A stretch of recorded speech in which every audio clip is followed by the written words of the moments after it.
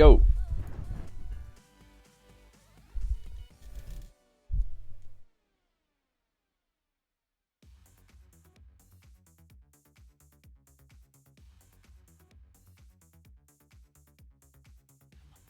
Wait, did they rebrand to EU LCS? What's going on? This is just... When is the EU show match, actually?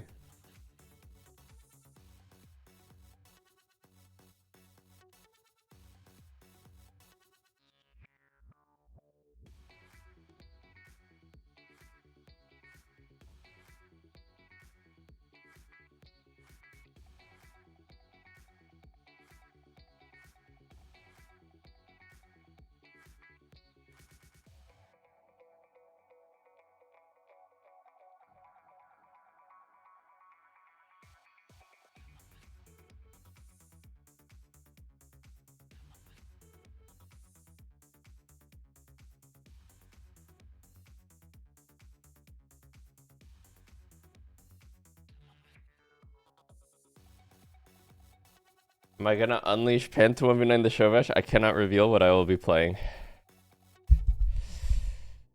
There may be ops listening. There might be TSM insiders listening.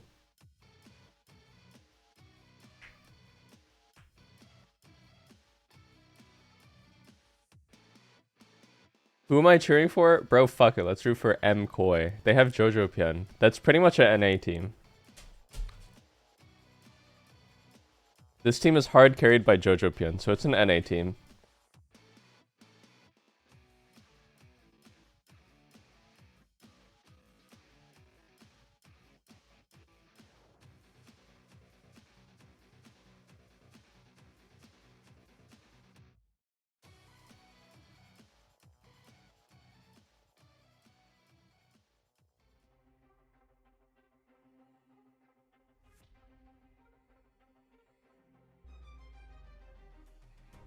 Holy, that old animation.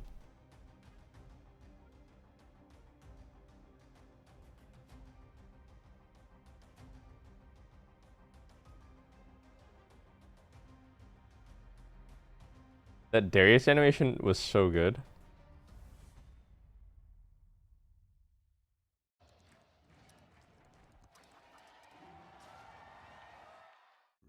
You don't have stream volume? When I was a player. Wait, how? To like make a misplay. Maybe it's my mouse. Maybe it's my armrest. Something feels wrong. If you were at home, you wouldn't do that. The Infinite Precision Armrest is part of the largest Ukulab on Stage standard initiative, aimed to bring your home or training room settings to the tournament stage. 이제 저뿐만 아니라 다른 선수들도 세팅을 더 원활하게 할 것 같고 가장 편안할 때 더 강력한 플레이가 자연스럽게 나옵니다.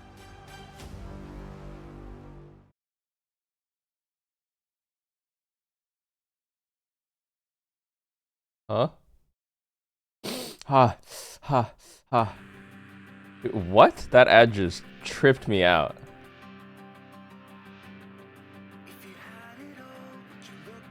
That mental health ad just tripped me out. That's like an Adult Swim bit. No sound.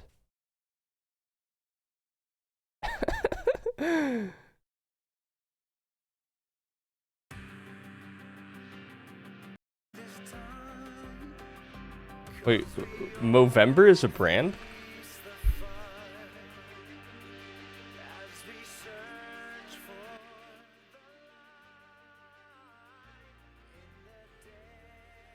It's an annual global charity event involving growing mustaches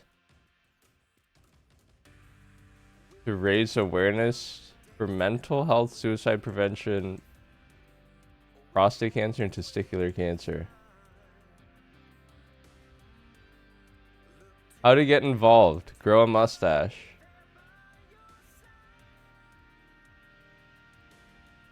$60 people every hour? Oh, jeez, man.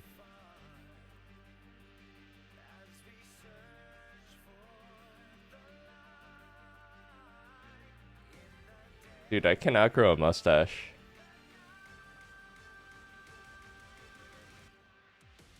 Europeans are eating good. What is the streaming hour? Yeah, I'm trying it out. I'm trying it out. Hello, everyone. Thanks for tuning in. I hope I don't kill my fucking channel. But what can I say? I just love League of Legends and I want to watch LEC. Or is it actually EU LCS now?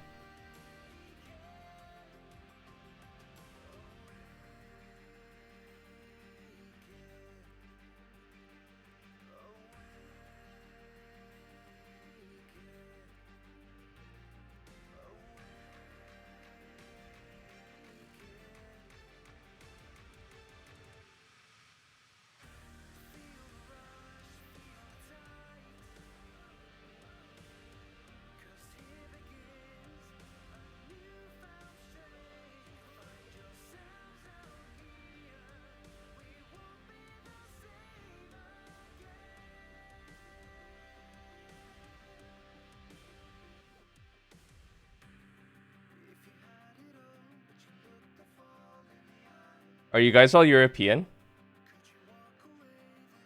Who is watching from Europe and who is watching from USA right now? And who dares to live somewhere else?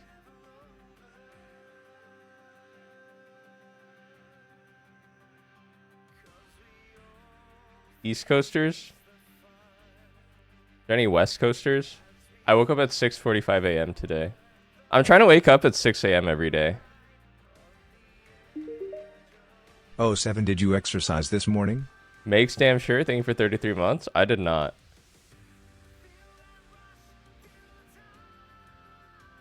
It's too damn early. I would literally have to wake up at like 4 a.m. 4 or 5 a.m. I don't even... The gym doesn't even open till 5 a.m.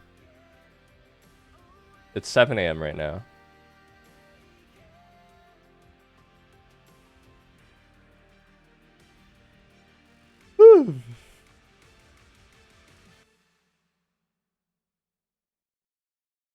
I think that's how I know I'm getting old.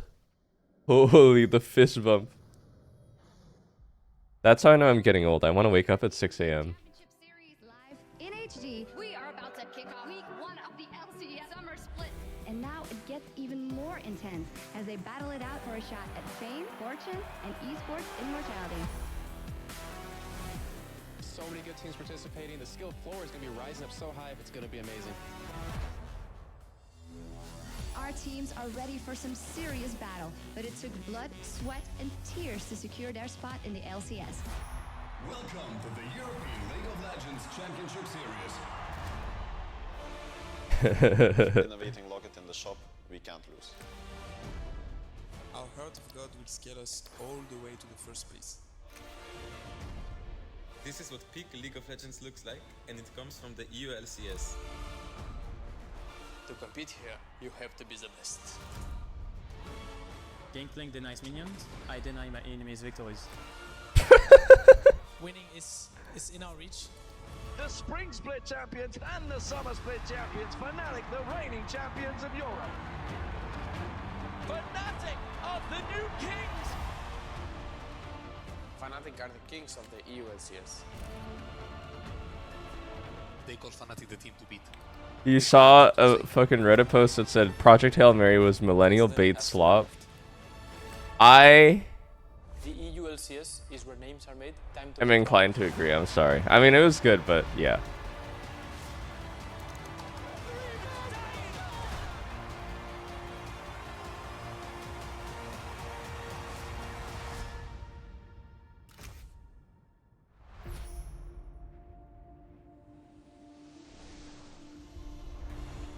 Welcome everybody to the Adidas Arena Paris live and in HD, yes again, for the EU LCS road trip hosted by Carmine Core. My name is Shox and I'm joined What the fuck? That's my ADC, Jack Spectra. If you're wondering what is up with all these shenanigans, well, it's the EU LCS themed road trip because we do have the League Classic show match tomorrow, but we also have... That's the AD for UK League.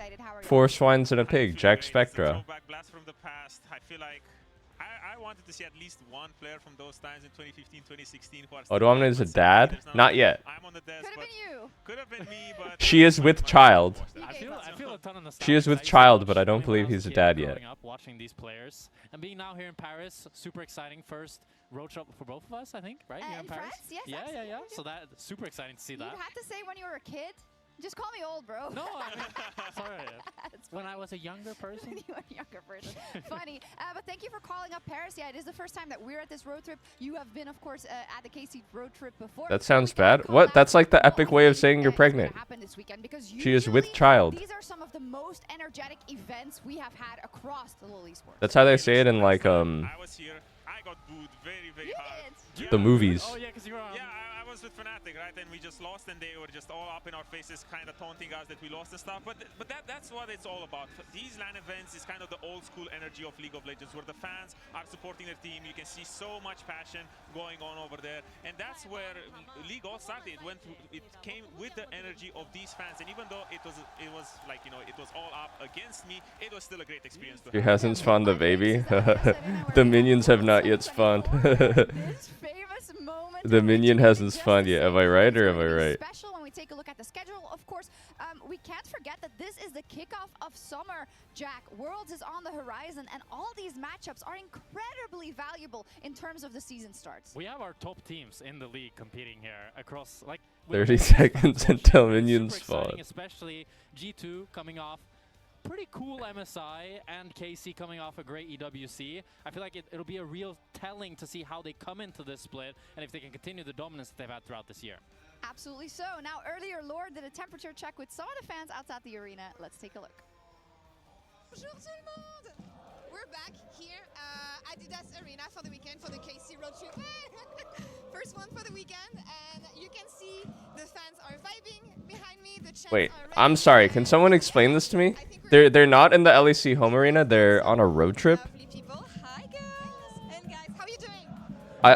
Je vais bien, moi ça va. Ça va? Okay. Can you show me what you have here? Because you made some stickers. T'as fait des stickers? J'ai fait quelques stickers en fait pour. I'm so out of the loop when it comes to LEC, to be honest. Can you show it? Look at this. I need you guys to teach me.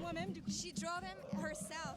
Looks actually amazing. Can I need you Thank you so to much. teach me. There's gonna be the fan alley up there as well. They do a road trip like every week, or? But for now, yeah, a bit of the atmosphere and the fans gearing up and getting ready. What are you the most excited about this weekend? Qu'est-ce que t'as le plus hâte de voir ce week-end? En vrai, personnellement, moi c'est la game KCG2 forcément. KCG2, of course. Énormément de KCG2 et KCKoi. Pour quel match-up? Which match-up? Je sais pas trop. Je sais pas trop. KCKoi, of course. KCKoi, je pense. Okay, and you guys, what are you excited about? Oh, moi je sais qu'on va 3-0 dans tous les cas, donc 3-0 dans tous les cas, ok. They think they're gonna 3-0 at home, always. Moi ce que j'attends c'est l'ambiance du Blue Wall comme d'hab, qui est toujours électrique. C'est ce que j'attends le plus. Thank you so much guys. Yeah, they're really excited about the atmosphere from the Blue Wall as always. They always come up with new chants and new ways to celebrate the players, and yeah, usually it goes well on the road whenever KC is involved, so let's see how it goes this weekend. Au revoir. They have a flying arena that they land in different European cities. Wow. Hello. Yes, the KC fans are the most excited about KCG2 and KCM. Wait, I'm gonna get so good at European watching this league now. I mean, they came here. There's so many fans here that They came were here for spitting. KCB and KCBS. You know, like these teams are hardcore supporters of KC, and they're do or die. That's true, but you know what I'm excited about? Okay. What? EU at internationals. Are you? Transition. Yeah. Okay, so.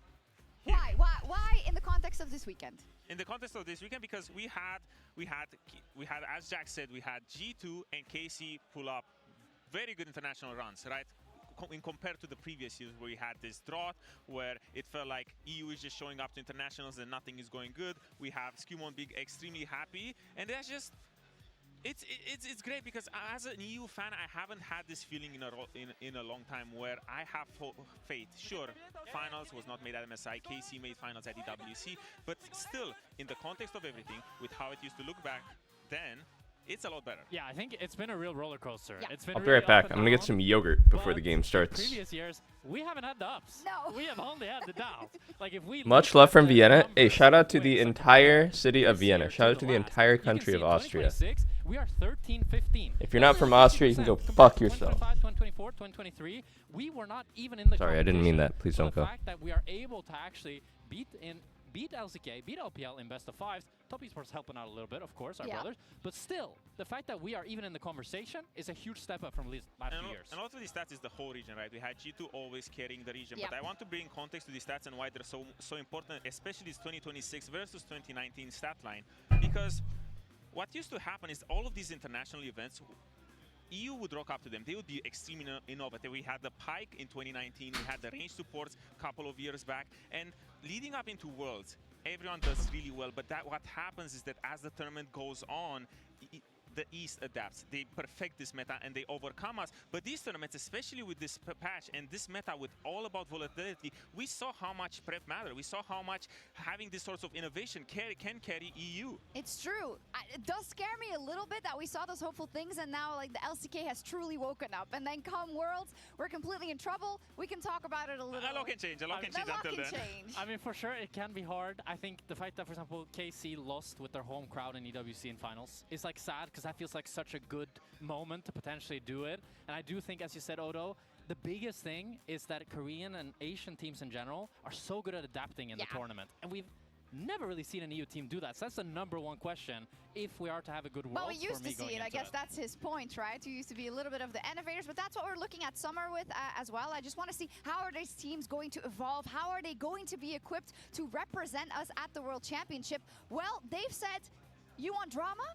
You get drama at the start of the summer split. Where do you want to start? Okay, so historically in EU, summer is a split of civil wars. That's where teams are imploding. Yeah, because every team throughout their cycle of a year of competitive play, they go through one civil war, and in EU, it always used to be in the summer. And we already saw it. We saw it with Vitality, right? We saw Humanoid come in. He was touted as the savior of Vitality. He was the one who pretty much padded, and everyone on the team said, hey, this guy in mid-game, he's doing so much good stuff for us. He's leading the team forward. We have such a great identity now. Everything makes sense. But now, all of a sudden, he's gone. And from the outside looking in, Jack, this is suspect, right? What's going on? I mean, you have to assume that it's not due to in-game issues because Humanoid, he had consistently very good games, and as you said, Odo, he was touted as the person that brought the macro to this team, that really helped them out, and I think you can see the evolution from Shayak into Humanoid, how the team played much better around him. But then we also have Naknako coming out and just being like, yeah, no, when scrims go bad,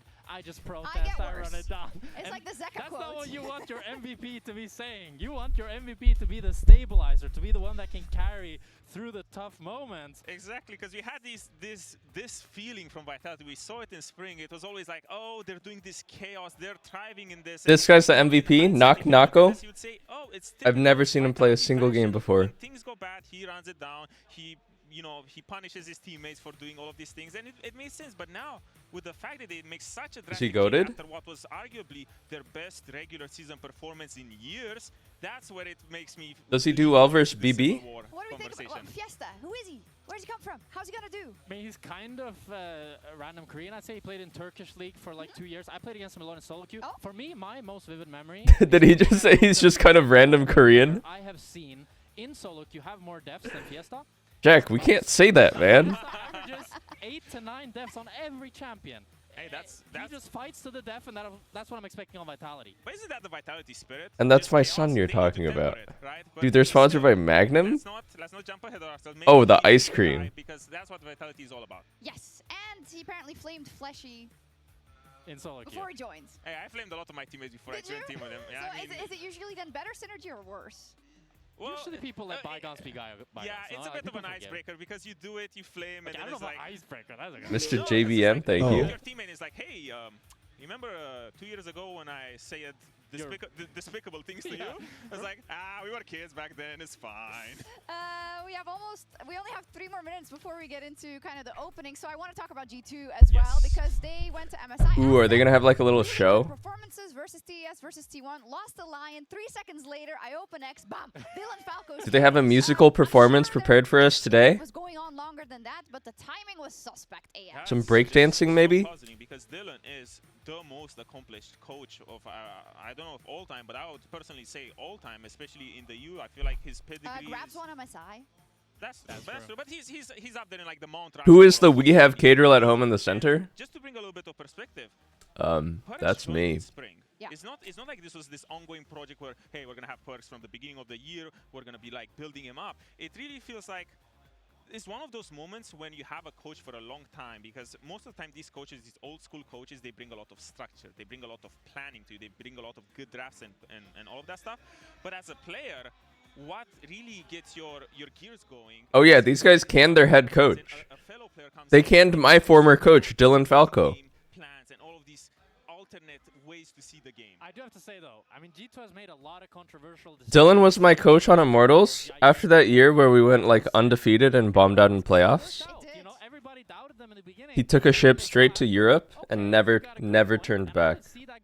He's actually been there for like 10 years now. Led the G2 roster when he played ADC to the World's Finals, and he clearly has a lot of good ideas about the game. It's true. It feels like kind of a coin flip, but I feel like you have to give them the benefit of the doubt because of their pedigree and their track record, right, in terms of G2. I think it was really needed because we saw a lot from this G2, and when you get to this stage where you feel like you have all the best players in your role and there's just no one to change, maybe this shift in mentality is good, where you bring someone like Perks, who was a legendary player. He was one of the brightest minds that EU had when it comes to gameplay. Him giving you all of these ideas, kind of suggesting you different plans, different ways of playing, how to approach situations that you as a fellow player know because you've been there. Maybe this is what G2 needed. It's true. Only time will tell, and I feel like their first opponents that they'll have here at the road trip and in summer are Movistar Koi. Also a little bit of drama there from the outside looking in. We know that the contracts are on notice. We don't know if it's going to get renewed from Mirwin, and now they've added someone in that position. What does that tell you? Oh yeah, they added a new guy in top lane. Wait, what is the top laner's name? Joined the league. He was such an exciting prospect.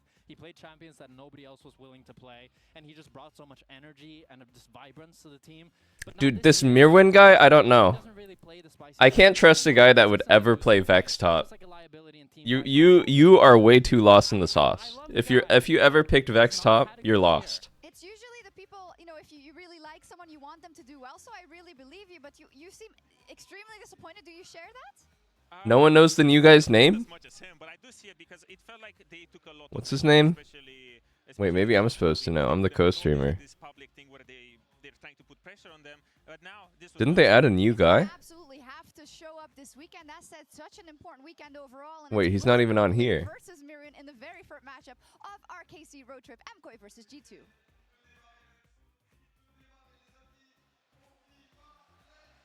No one knows the new guy's name?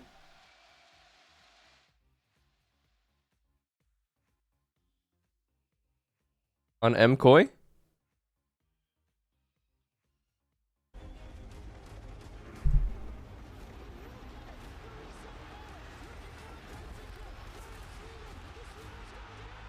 Night Slayer.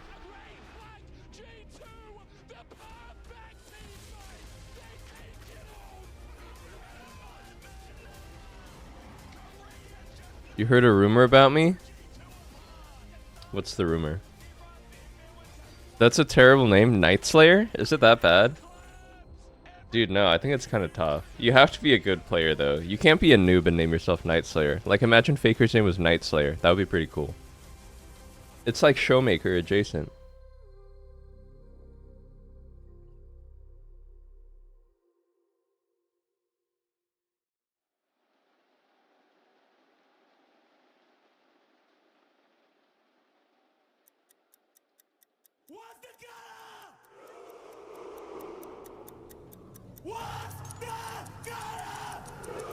What the fuck is happening? I'm scared.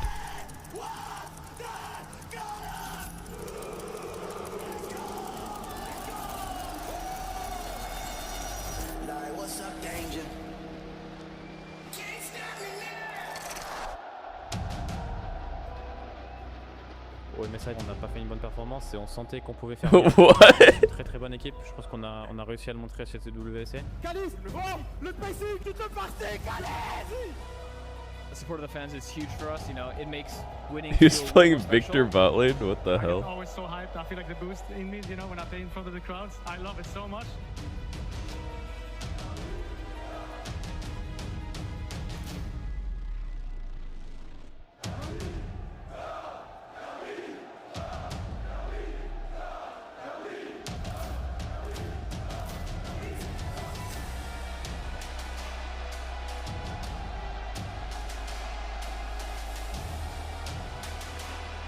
Wow, Busio.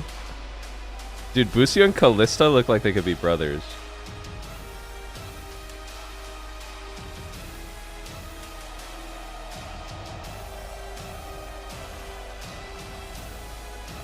Did I watch the Odyssey? I did.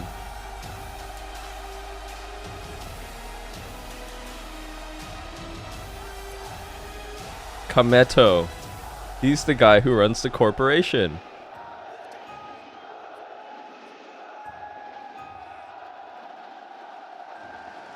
Le propriétaire des lieux est désormais en votre compagnie.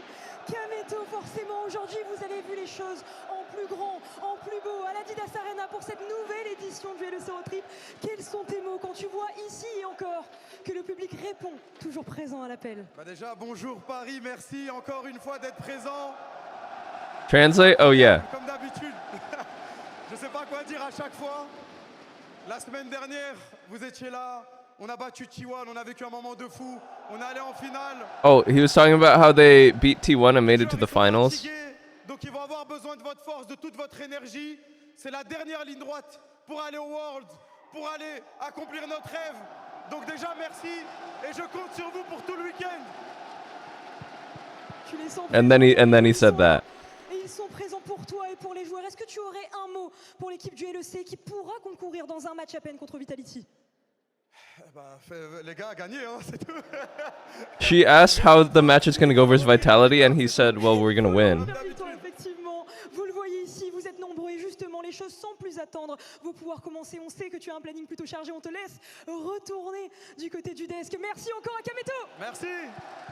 Give a big shout out to Kameto. Yeah. Et désormais, que les choses sérieuses commencent. G2 contre Koi, et vous le savez, l'ordre établi contre ceux qui veulent le renverser. Une rivalité qui dure au gré des saisons, mais surtout un duel qui ne perd jamais de sa saveur. Alors une seule question à vous poser ici dans l'arena, laquelle de ces deux équipes imposera son salut? Et ça, vous le découvrirez avec Noah. Mesdames et messieurs, nous y sommes. Ça y est, après 2 longs mois d'attente. Oh, thank God. À retenir votre souffle. Vous êtes récompensés, car aujourd'hui, le LEC, le championnat européen, réouvre ses portes. Alors, sans plus attendre, veuillez accueillir vos équipes. Les premiers à entrer dans l'arène, ils sont en territoire hostile. Mais peut-être c'est la You are way too early out. ils sont le plus dangereux. Mesdames et messieurs, Hey, thank you, George. Holy seizure. l'énergie brute, l'homme qui ne recule jamais. Dans la jungle, Is he getting booed? le visage de l'équipe, le capitaine, Why are they booing? une pépite venue de loin. Il est là pour laisser sa marque. Champion à la décarie. Il n'a peur de rien et de personne. Soupa. Et à ses côtés, le métronome de l'équipe, Alvaro. Mesdames et messieurs, pour Koi, s'il vous plaît, du bruit. Face à eux, mesdames et messieurs, ils sortent d'un très long tunnel. Let's give it up for MKOI. Boo. Les meilleures équipes du monde. Et cette année, l'année G2, le Okay, so well, are they gonna cheer for G2 if they booed for McCoy?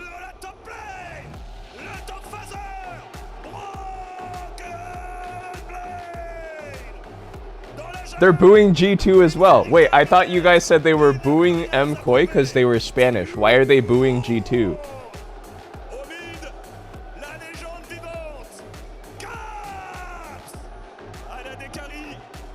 They're booing Caps.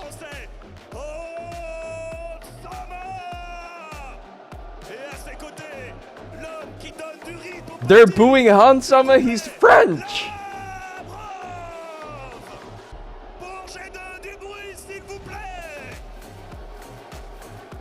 Alors,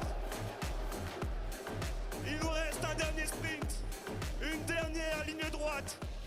Chaque erreur est fatale, chaque match compte pour aller chercher à la fin la couronne mondiale. pour vos deux équipes et pour la reprise du Summer Split du LEC. Oh, they're not booing, they're saying G2. Oh, okay. My bad. The European accent's a bit different.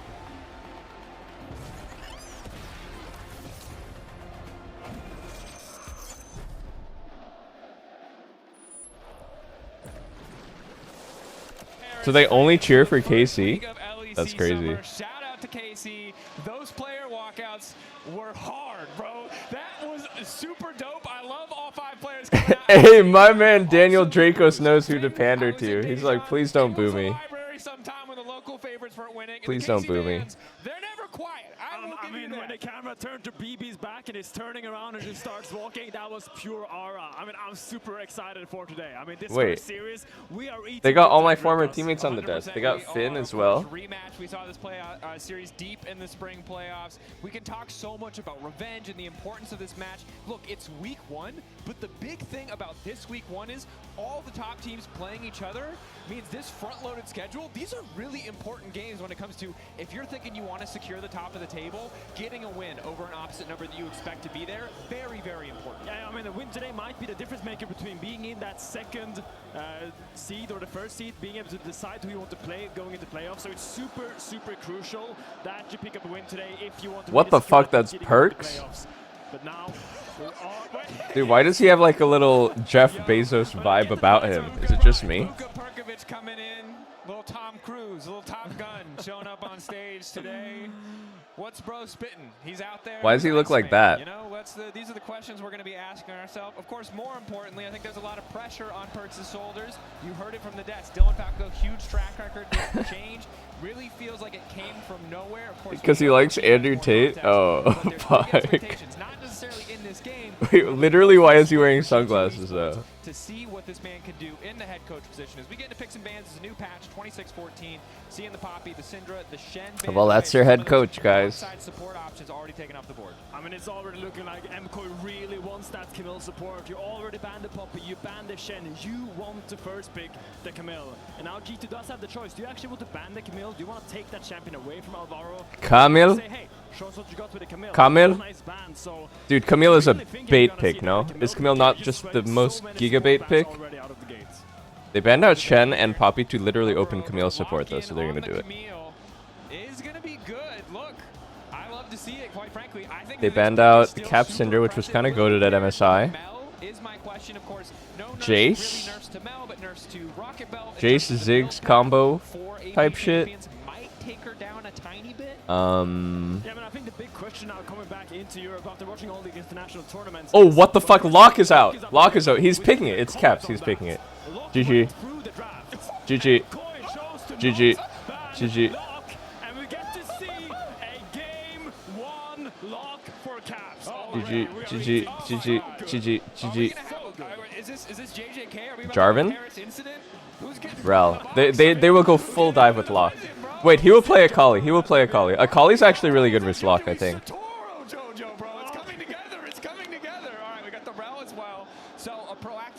Match support. Oh wait, they already have Camel actually. I think Akali. I think Akali's the best versus Locke, in my opinion. Oh, it's gonna be a freak show game. Lee Akali. Unless he has something else cooking. You could go Galio, technically. Dude, this guy's not gonna play Galio though. It's Jojo Pin. He will pick Akali, no? Really? I thought Jojo Pien was a high testosterone male. I thought this guy was a bit of a Giga Chad. I thought he would pick Akali here. They are just playing skirmish, heavy team comps, and we know they do it so well. And one thing I will say, Galio historically such an excellent option into these assassins. Victor bot lane? Just the fact that you can even potentially use the taunt stops so much of Locke's ability to get in the back line. We also have the classic combo. Okay, that one I didn't expect. Victor bot lane on 3 is super random. Or is this Locke jungle? There's no way that you would pick Victor mid into Galio though. I don't really know what's going on anymore. I am 100% sure Hansam is gonna pilot this Victor. He has Wait, I don't think Victor bot lane is like that good or anything. A really good Victor game recently, and I think Hansama got inspired. You know, you have the rel support, you really want a self-sufficient mid laner, and when you have the Victor that can just put down the field, clear the entire wave with an E, what better champion to give? No, I think they're lost in the sauce of it. Yeah, they're picking double AP versus Galio as well. So I'm really glad to see, you know, them a different kind of inspiration today instead of just getting beaten down by a potential opposing jungler. And mages in the bot lane, always a big question for Hansama. Historically, not really a good look for him. So the fact that he's picking these new things up, the pairing with the Mel also seems fantastic. This draft looks like shit, bro. The Victor just soiled it. To me, Finn, feels like a little bit of a Oh, he couldn't see the Galio pick because of the sunglasses. Mel is what you would often expect. Not always the strongest matchup to the Victor, but that's the classic pairing. Instead, they're banning the comfort option for the side of Supa. Yeah, I mean, the Kaiser ban makes sense. When you look at what MKOI wants to do, they want to dive. Now, I will say, I do think with the Galio in mid, you have a lot of space to pick a mage in the bot lane. You're not that heavily inclined into the magic damage just yet. So in theory, Supa could just pick a mage here to match the wave clear of Victor, to really give Alvaro all that space he needs to move around the map. I have seen a little bit of Vladimir from his solo queue. I do want to see what he has. Mages, and the big question with these mages, and will always be when AD carries picks them, is Yarvin. Actually, Nocturne looks kind of like a good jungle pick here. It's not that active early though, but you could go Nocturne here. The ulti's really good versus Galio. I think the matchup is decent versus Lee. Nah. Oh, sorry, it's banned. Jarvan. Zin? Pan? Trundle?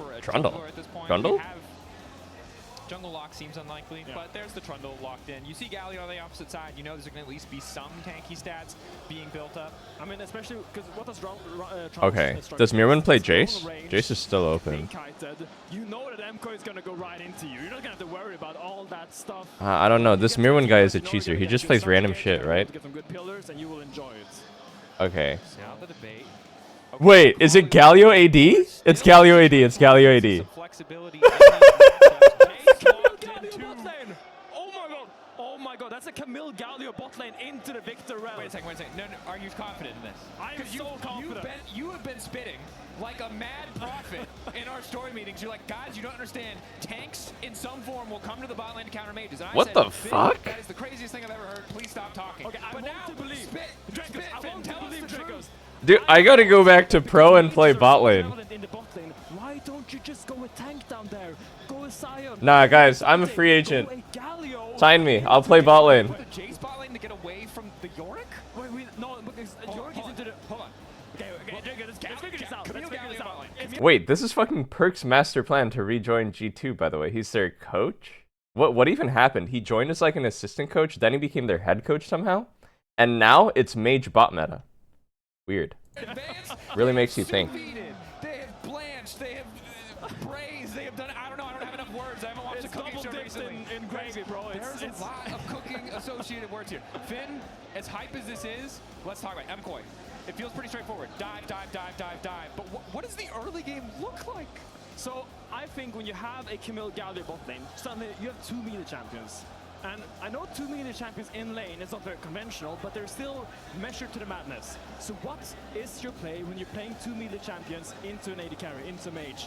You need to fight on the bounce. Okay, change in pace here. It's a Kali. It's a Kali, Camille. Okay, but whose draft do I think is better? I think MKOI's draft is better, but when the picks get really weird like this, it depends a lot on how good the players are at actually playing the champs. A little too Shokugeki no Soma for my taste for game 1, but it's a spicy. Like, is Supa gonna play a mean game of Galio? I don't really know. He's like an ADC player. The tendencies are really different. The habits, like the way you need to play, is so different from playing an ADC. Get the Camille Galio bot lane, but we got the Akali Camille bot lane. And I think I want to talk a little bit about how you play a lane like this, because I don't think a lot of people have. But the way you play these double meter lanes is that you really play safe on the first waves, really conserve all the HP you can, so when the wave is bouncing, when the wave suddenly is even... Oh wait, is it a Kali bot lane? And you can all in. You need to play for this timer or your lane is going to be miserable, because there's a reason we don't see a lot of meter champions in the bot lane as the main carry. Definitely. Is it actually a Kali bot lane? Well, as far as mages go, isn't the No way. Stixay was telling me about a Kali bot lane. gravity field. So if you don't pick a good engage timing, it's going to be really, really tough to actually see these kills through. And it feels somewhat similar to when we talk about like Lux Caitlyn bot lanes and how fragile they can be. It's like the importance of early flashes in this lane is immeasurable. Really cannot be immeasurable. Yeah, it's infinitely important. Dude, no way. They're lost in the sauce. No way that's good. Put the ADC in the bag. No way that's good. When we first realized we put an 80 carry mid lane, and suddenly it was like Morgana, Sion, bot lane, or whatever. Absolutely. So I still think, at the end of the day, the junglers will dictate the pace of this game. Wait, actually, why hasn't the game started yet? These are two of the best junglers we have in our region, and I think this is kind of tested as a jungler because you know how to play a normal game of League of Legends.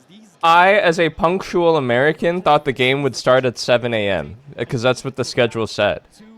Now it's 7:48 a.m. and we're in a game pause and we're having a break and having a Kit Kat. Dude, I need to go in like 2 hours to go to my show match.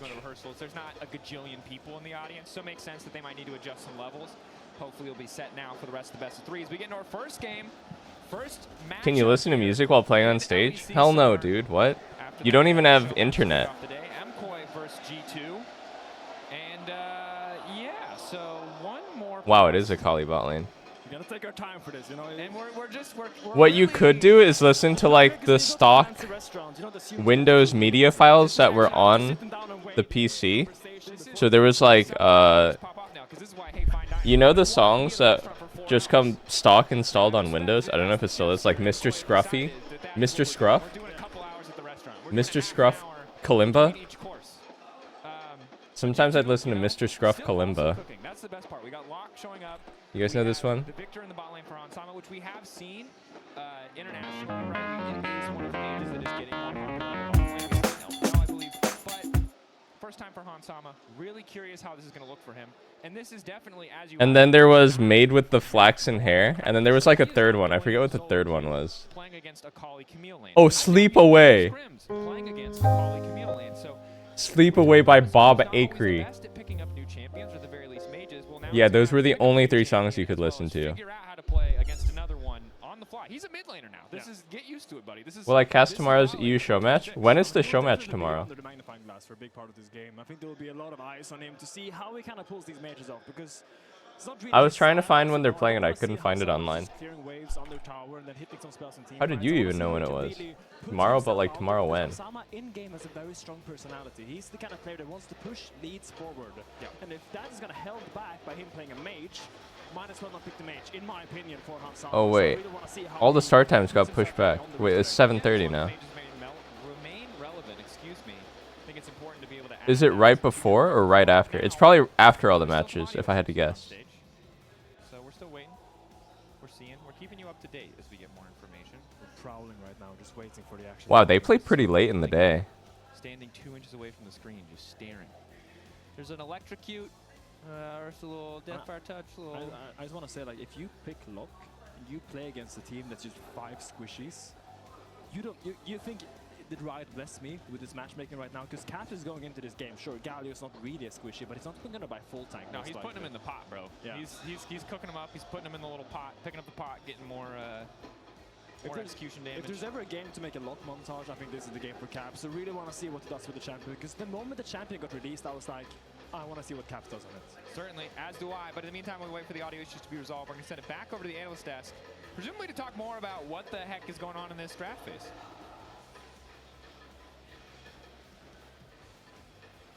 Well, apparently we've gone all the way back to IPL. Mekwa? Mekwa Kube. What does that mean? Audio issues on stage, unfortunately, but we'll be back into the action as soon as those are solved. Welcome, medic. Yeah, hello. Bubble, bubble, bubble, pop. Bubble, bubble, pop, pop. I don't get the reference. Is anyone here French? What does Kube mean? Was that the one with the 8-hour pause? It was the one with the 8-hour pause where Silver Scrapes became popular, but also Bubble Pop became popular. Wait. The 8-hour pause. They're booing the desk. They just boo everyone out there. Really? Yeah, because they kept playing Bubble Pop. Oh, they're cheering. Bubble, bubble, pop, pop, bubble, bubble, pop, pop. It was like a K-pop song. This K-pop song. It was a classic. Yeah, it was good. It was Yeah, good. I that's was the one- hungover most of that event, so I don't. It's the one bit of K-pop I know, and it's the only one I'm ever Yes. gonna learn. Speaking of K-pop, Lock. Lock Yes. Demon Hunter. Yes, Sure. yes. Kind of. Yeah, I mean, I don't know how much Dracos and Finn said. The beautiful It's analysis, slang. but It's a TikTok viral a joke pretty used as a crazy graph playful, here. silly Everyone going response for the when someone Akali bot says lane, the "qua." first Akali bot lane in Tier The 1 trap. play, which Ever? is The crazy. punchline. Yeah, that's what the Wow. producers Do you told. think they're taking it really seriously or not seriously at all? The listener naturally asks "qua." The punchline: as soon as a person says "qua," the speaker yells "qua hube." But there's a lot of cool things that is happening here. So G2 I don't are get taking it. this Victor. I think a lot due to they played against DK at EWC and Smash had a really good Victor. Someone And explain. was just kind of stomping all the mage matchups with it. So MKOI are like, okay, if we pick an ADC into Victor, it's pretty unplayable. Explain. Even if we pick a mage, it's a tough matchup. So we're just gonna go out of the books, you know, here. And lock in this Akali with the Camille. We're going to run a full kill lane. We're going to get level 6. And I think level 6, I mean, Camille... This one is actually much dumber and much funnier. Oh, it's funny. That's for sure. Not funny plus didn't laugh. Okay, those are bad ones. These are bad. Okay. Bad comparison. Anyways. It's an interesting development though, because when we saw. Oh, okay. That makes sense. Why don't you just play tanks into them? And we've seen the Mundo and the Scion, and they work I as think that is neutralizers, like right? And I really like analogous. this as an idea, Ooh, which is why okay. I thought Galio was kind of that next evolution. No, it's like saying D's D's nuts or something. Anti-mage in that situation, and he's tanky enough that he can survive. Akali has a lot more kill threat, but only at level 6. You're going to get pushed in before that. Oh, no, I understand now. Qua is pronounced "quoi" in French, and the letter A is "ah." So it's like, okay. So it's like saying "coup B." It's like "coup A" and "coup B." Yeah, for sure. Level Okay, 6, very dangerous I for get it. Osama. Up until level 6, should be really easy to bully out Akali. That's still not But funny, but I get it. Second wind on the Akali. You have the potions. Maybe he goes Doran's shield as well to have even more sustain. I'm deadass MDR right now. Be able to manage, but also when you're playing bot lane, it takes a lot longer to get level 6 because you're sharing that XP and less I mean, RR you're just, not. Yeah, man, RR is just gonna be like Supports top lane, leave at yeah. level 3, dude. At level 2 they leave and they get a couple of mid lane minions. I am surprised though because I thought, if I remember correctly, I feel like Akali is a good matchup into Lock. Because he plays with effective HP, right? It's like I can heal myself, but if you burst him, he's just dead. So why are we then moving Galio into the mid lane? Yes, he's got a taunt for Lock when he jumps in, but otherwise you don't have a huge amount of kill threat there. And then moving the Akali into a harder bot. Am I nervous about the show match? Dude, I'm trying to get nervous. I play better when I'm a little nervous. Multi-role talent. I do completely agree with you, to be honest. The Galio bot When I'm too relaxed, I just kind of int. No, we I need to be kind of like nervous of making a mistake.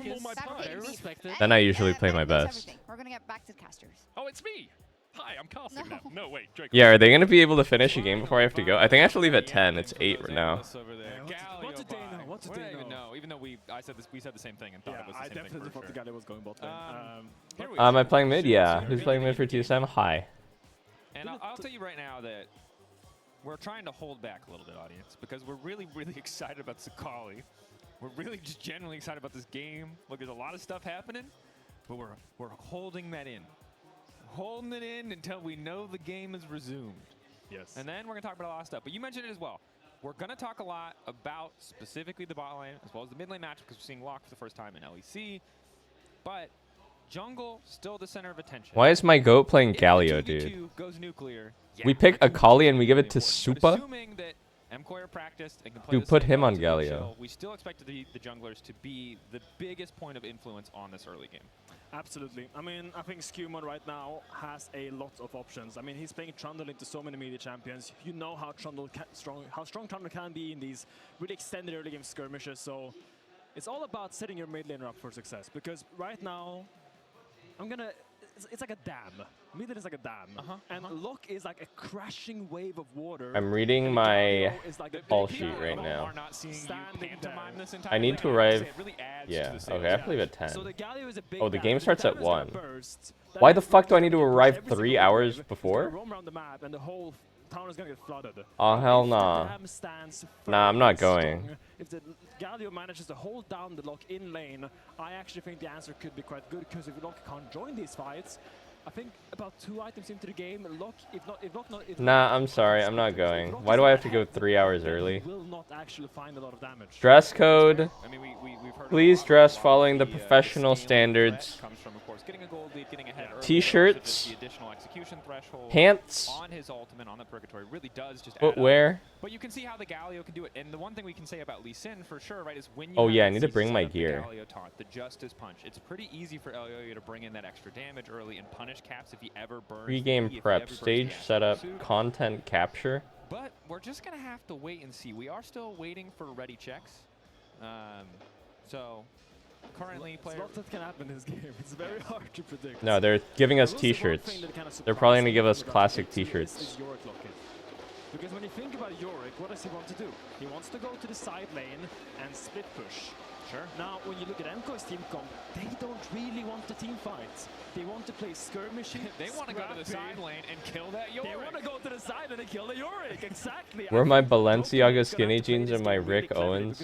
Yeah, man. That can just join I'll do that. anytime if you go on that side lane and start pushing out. So a lot of pressure on BB's shoulders. I mean, Yorick is not a bad team fighter per se. I think that mindset is a little bit obsolete, that Yorick can only split push, because he can do a lot of things these days. I agree, but oftentimes it feels like Yorick is best against compositions where not only do you have a favorite matchup like the J, Tozo's just been fucking stimming for the past week. Cage, they're stuck in the ghoul cage.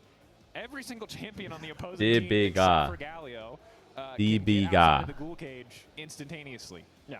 And I don't think you care about putting the Galio in the ghoul cage. So it is, we're going to have to see if he snowballs. We know what Yorick can be as a side lane threat, the amount of work he can do in a team fight, but it is a riskier endeavor. On paper, the lane encounter... Now say Train Dog? Dude, has Train Dog been spreading? Wait, we need to spread Train Dog to Europe. Actually, we already have. Phantasm has it in his chat. In the maybe potential 3v1. Has anyone new added it? Galio come flying into your face. Gonna try to get those plates, but Wait, 5 more people added it to their channel. The Carpus have appeared on screen. They are being booed. Holy chicken cows, the Kiana player added it. Did you see the Showmaker quote about him loving being booed? I think that's so Solar cool. I think Baka people added, these days Tai G don't added. respect it. And I think that kind of defines what kind of player you are. If you're the kind of Rat player that's IRL's really girlfriend distance added. yourself from it, gonna want to show up and shut them up. So I mean, I think from a mental standpoint, it's good to find just joy in it regardless. Because, yeah, if you get gassed up when people are cheering for you but can't handle the opposite side when it's silent or people are booing you, that's a dangerous game to be playing. Because there's not a, you know, if you're not T1 or KC, it's hard to find a consistently, like, really actually just T1. If you're not T1, T1 are the only everywhere crowd favorites. Absolutely. Every other team you're going to be playing. You should make it with one of your dogs. who aren't your biggest Make fans. J-Vic Cannon. Oh. Make J-Vic Cannon. that's a beautiful drawing. Done. That's on authority. That's a Dracos and Finn shield. Yeah, That guy's wearing a fucking cow outfit. I heard it happen. Dude, I can see his underwear.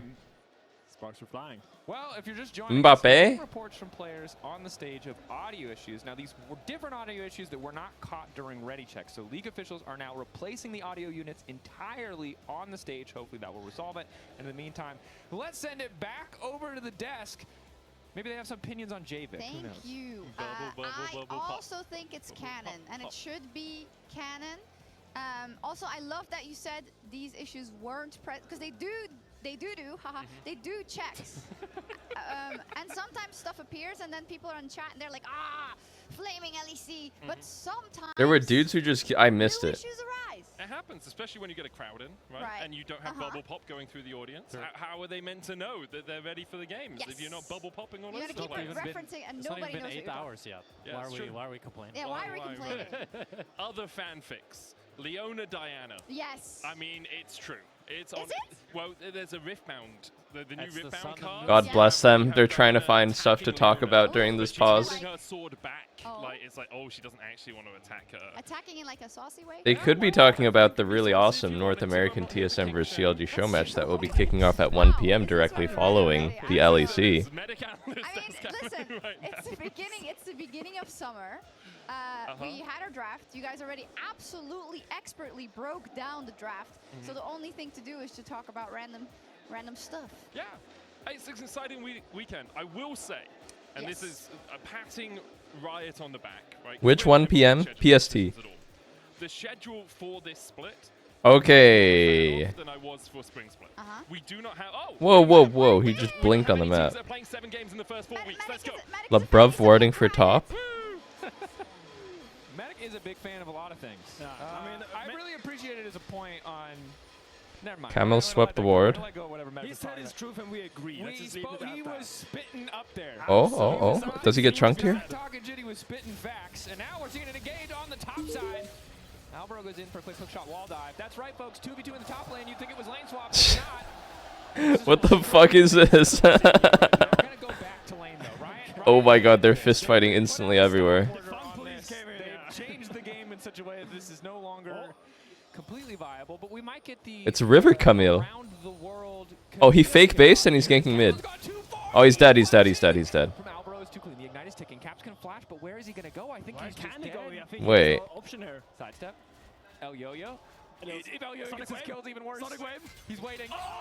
Oh my god. That's the worst possible start. Yo, shout out to Alvaro. His bot lane is gonna be dire, but Super wasn't gonna do anything level 1. Okay, GG. He might die level 1 because LeBron's on the way in. You don't have Shroud. He's fine. Victor has nothing. Yeah, with just tank it. Yeah. He didn't even have to pot. He wasted his pot. Yeah, didn't use his flash. I mean, nice play by Alvaro, swiftly going for his Eros tour around the map, and now he's gonna Okay, that's big Camel value. Caps is going in there, but you see it's Whoa, that's stutter stepping. unless you hit all those free little spikes, you're not gonna do that much damage now. He would also get the magic damage shield when he Bad Q, bad Q. And this is kind of what we expect. We expect the Galio to hold back. Alright, I'm sorry. I'm sorry. I don't mean to be like a hater, but there's no fucking way this guy can play a Kali. He's an ADC player. There's no way. Some XP after that, the Eras tour, as you called it. Supa, again, the expectation here, first 3 levels. There's just no fucking way he can play a Kali. Wow, he took a plate already? As long as LeBron is here, I imagine Alvaro will. Dude, I think Yorick is actually the fakest counter. I actually think Yorick is a fake Jace counter. I actually think Yorick is a garbage champ. What? He's in... What the fuck? He's got the cloak of invisibility on. His character's glitching out too. Stuck in a cool cage.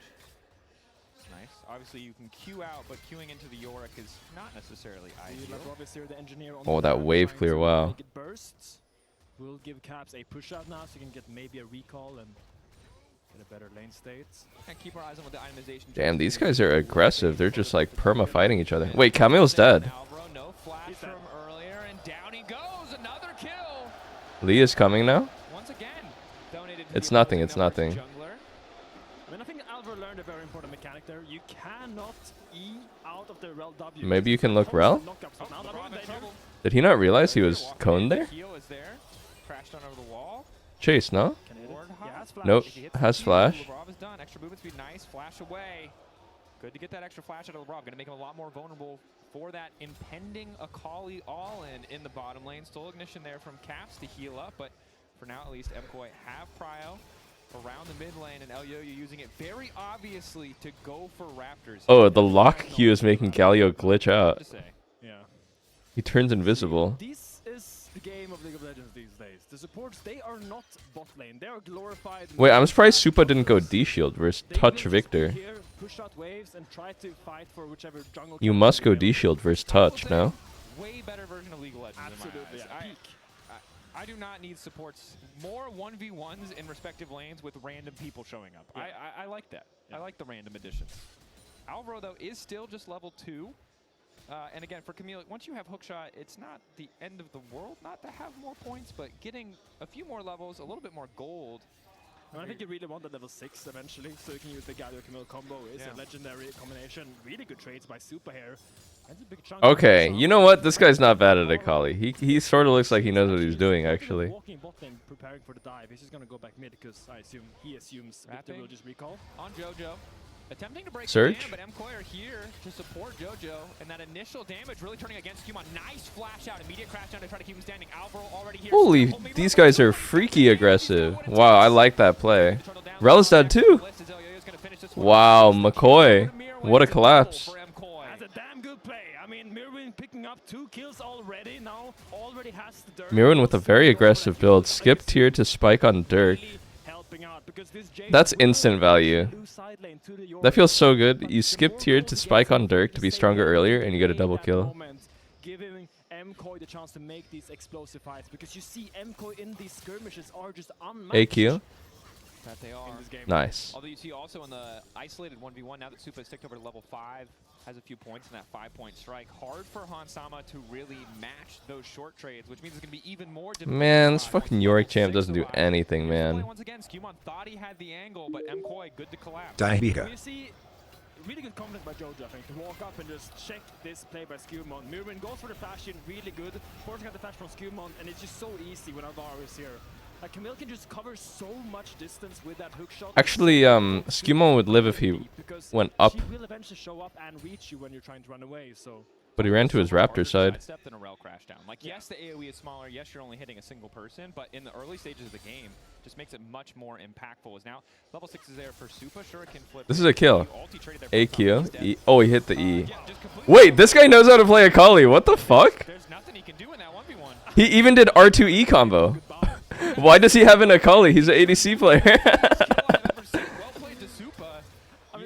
He did R2E. Has learned the AD carry and mage match of bot lane, but he has not played Victor into Akali a single time. He doesn't know how dangerous this champion can That's be. actually hilarious. Playing an immobile mage. He's probably seen his mid laners play this matchup and they're surviving, so he thinks, oh, it's fine. But if you walk up against It looks practiced. I mean, that combo is not very intuitive, and a lot of players don't do that. Burn the flash, so it's not the end of the world. And Victor is still excellent against dive as we get later into the game, even if it's just one combo into death. But it does mean Mountain Drake, 2,000 gold lead. MKOI, the cooking is paying off. All the braising, the sous videing is working out, and G2 on the opposite side. Look.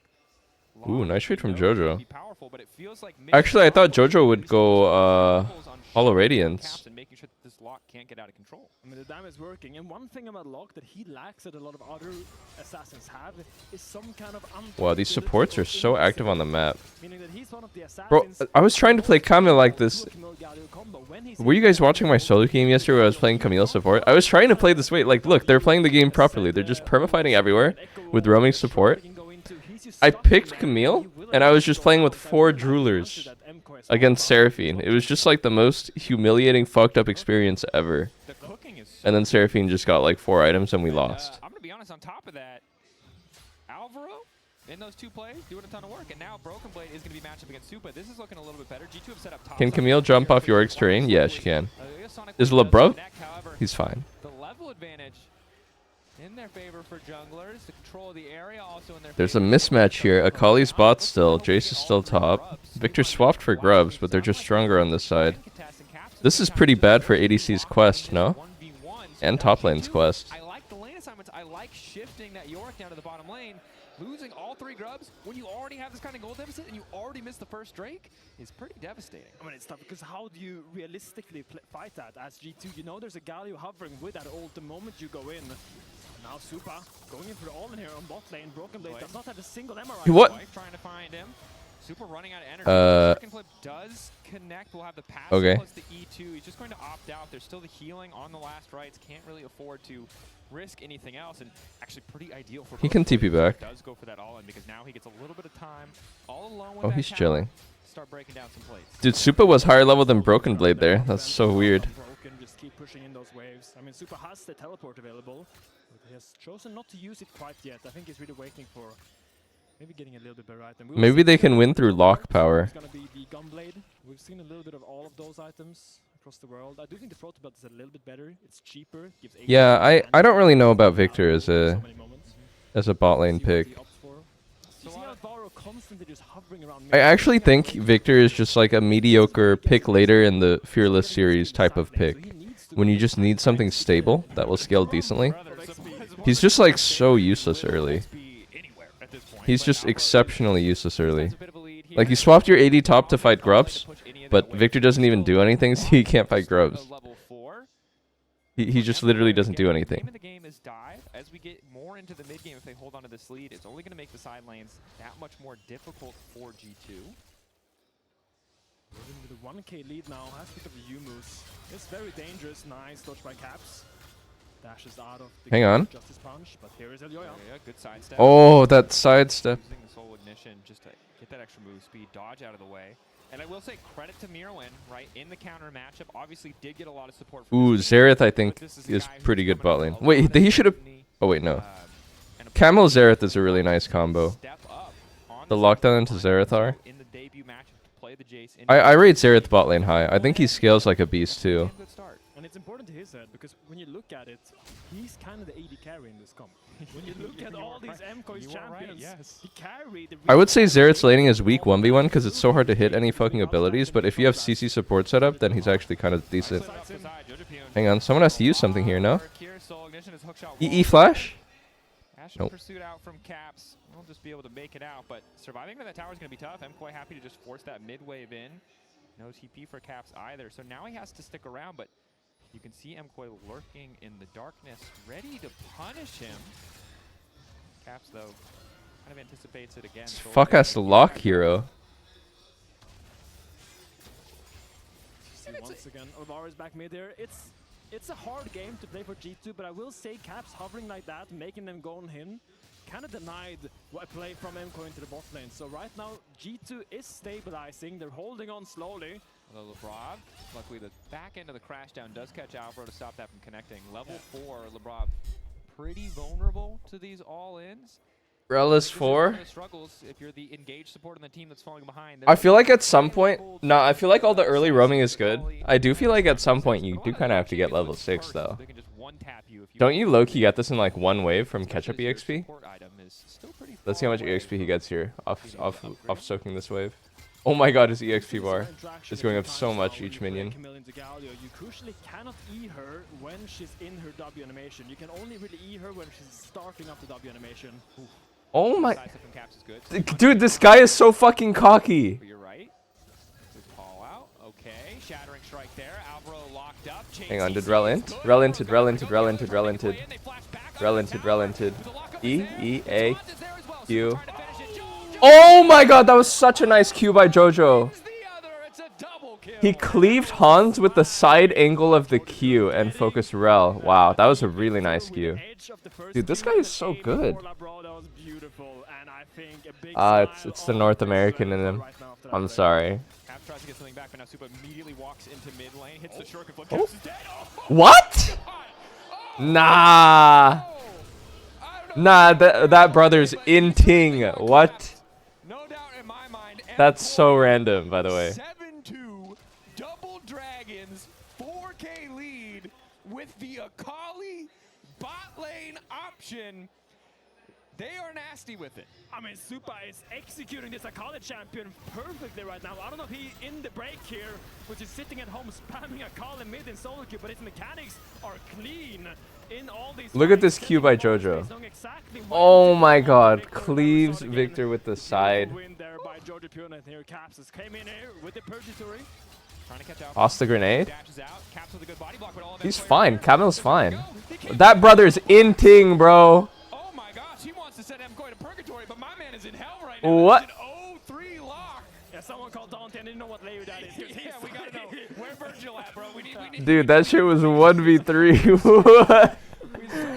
Oh, nah, they're doomed. They're doomed. I mean, we are in the desecration land right now, as you see Supa. Wait, Caps was actually like going Ultra Instinct until he died to Akali's TP on mid though. His movement was crazy. He was dodging everything. And look, we saw G2 at MSI, these teams at EW. I think for Locke, I think Storm Surge is actually a better rush. Lichbane is obviously a really good item on him. But Lichbane is good after the fact that you can already have the damage to one-tap them. And Storm Surge is way stronger on one item. So actually I think that like could be build issue. I think this Akali bot lane pick was a headshot. This Akali is 1v9 as well. Just the wipe being called out. Wipe aggro pulled by Mirwin. But I would say I've tried Storm Surge Rush and I've tried Lich Rush a lot. I think Storm Surge Rush is much better. And you spike Gigahard on Storm Surge plus Pen Boots. And then, after you're already pretty strong, then you go Lichbane. IMO. Just IMO. E? E? E? Oh, wait. No! Wow, he actually almost got out. Oh, Jojo fucked up there. He didn't proc his surge, and he didn't ulti out in time either. mean, if there wasn't a pillar there, I feel like Super would have immediately gone all in. You can see it. There's some bloodlust happening. I mean, Super needs to calm down a little bit. Labrov is right there. Caps is a master of baiting. He definitely knows how to act out. He's a what? Oh, Super? Smells it out. But who is baiting who is the question there. Yeah, I mean, Super. Whoa, I feel like they actually could have jumped on Super there. With the shuriken. So good kill back onto If Jojo. Labrov just sent it with WR right there, I think Super dies. That was like a very cocky push check. Is able to grab the Herald, crash it in mid lane. And MKOI, again, weathered the early storm of the lock, made the most of the Sakali counter pick in that bot lane 2v2, and Mirwin in top lane also winning out on the 1v1. It feels like they got every single thing they could have wanted, but again, really giving a lot of credit to Alvaro here for that first gank in the mid lane, committing a lot of resources, making an already tough early bot lane 2v2 even worse by spending that time in mid lane. Really paid off. And it feels like G2 was a little bit off guard there because Labrov was their top fighting against Alvaro, and Labrov decided to base and go back bottom. I feel like it wasn't really. I guess Jojo doesn't go hollow because it would just make him too useless for Trundle Yorick. Because they had just seen him topside. It wasn't a very random level 1 mid gank. I mean, he did really well without even building any MR. But once again, kudos to MKOI for snowballing this game masterfully. We said only 8 minutes ago that Mirror was at 1k onto this Yorick. It's 2k now, and it's. I'm sorry, Yorick just doesn't do anything. Can I just say? Yorick just doesn't do anything. When your mana immune is stacked, but also when you get that armor pen from Cyrilda, that's when you shock blast, you start hurting so much more. Definitely will. And a lot of people on the opposing side going to be vulnerable to that poke. Caps and Ensemble going to need to play very carefully. Of course, has the upgraded Mercs to mitigate the magic damage, but the physical damage a little bit tougher to deal with. Alvaro also with the Blood Song as well as Thunder Sky, still not seeing Labrov get enough money to complete that support quest, which means him pretty squishy. Protoplasm Harness also hit pretty hard in terms of the early stages, so that is going to be a very vulnerable rel. Yeah, I just want to take a step out right now. If you just tune into the stream and you see this Akali bot lane, this is a real game of League of Legends. in the LEC right now, this is not a show match. I know the first match was a show match. This is not a show match. This is real right now. This is not like some weird swap mistake in Champion Select by MKOI. They picked Akali bot into Victor, and it's working out fantastically so far.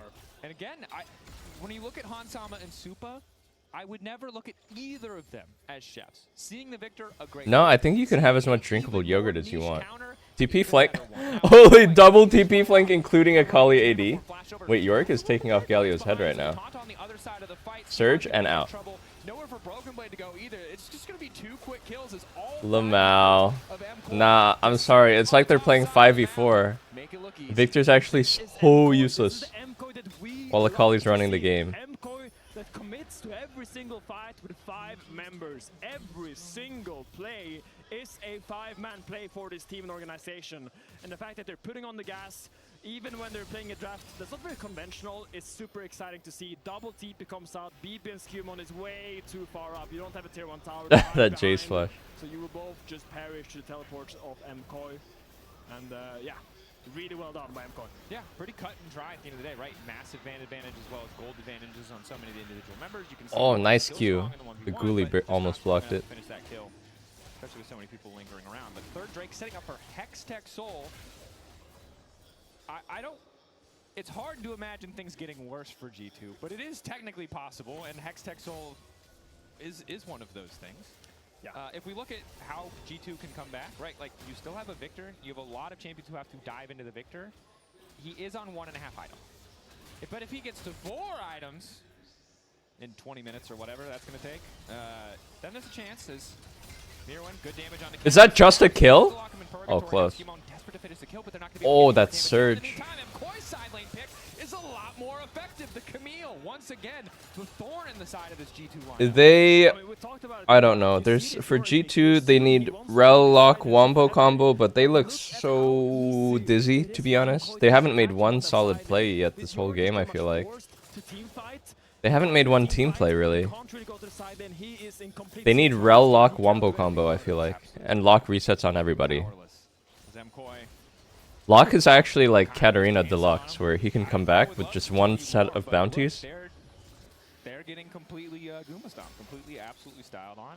And Bro said they're getting Goomba stomped. The methods for comeback are hard, right? You don't have a traditional AD carry. Your mid laner is an assassin. See guys, this is the problem with Classic League. It's so hard to come back from a lead like this. It has the natural weaknesses weaknesses of that class of champion, which is it doesn't do anything if it's behind. We'll say Mirren just missed the shock blast on the Scuttle Crab, so might be a little bit of a mental damage there. Whoa. Spear Visitor second from Skewmo? So much MR. We'll get his player cam and it's going to cycle through in a second. This guy's gonna melt to Jace Lee. For the mental, see if he's shattered. I don't know if he knows that he has G2 and Zook Swang, so maybe that would bring it back if he thinks about that, but it's hard to say if he will. Zook Swang is tough. That's difficult. Now, Broken Blade on a side lane, just surviving with his wife. That's true. That's nice. Nice to have company. Base check.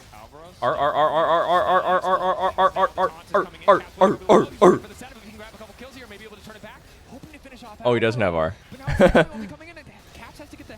That was a nice flash by Alvaro.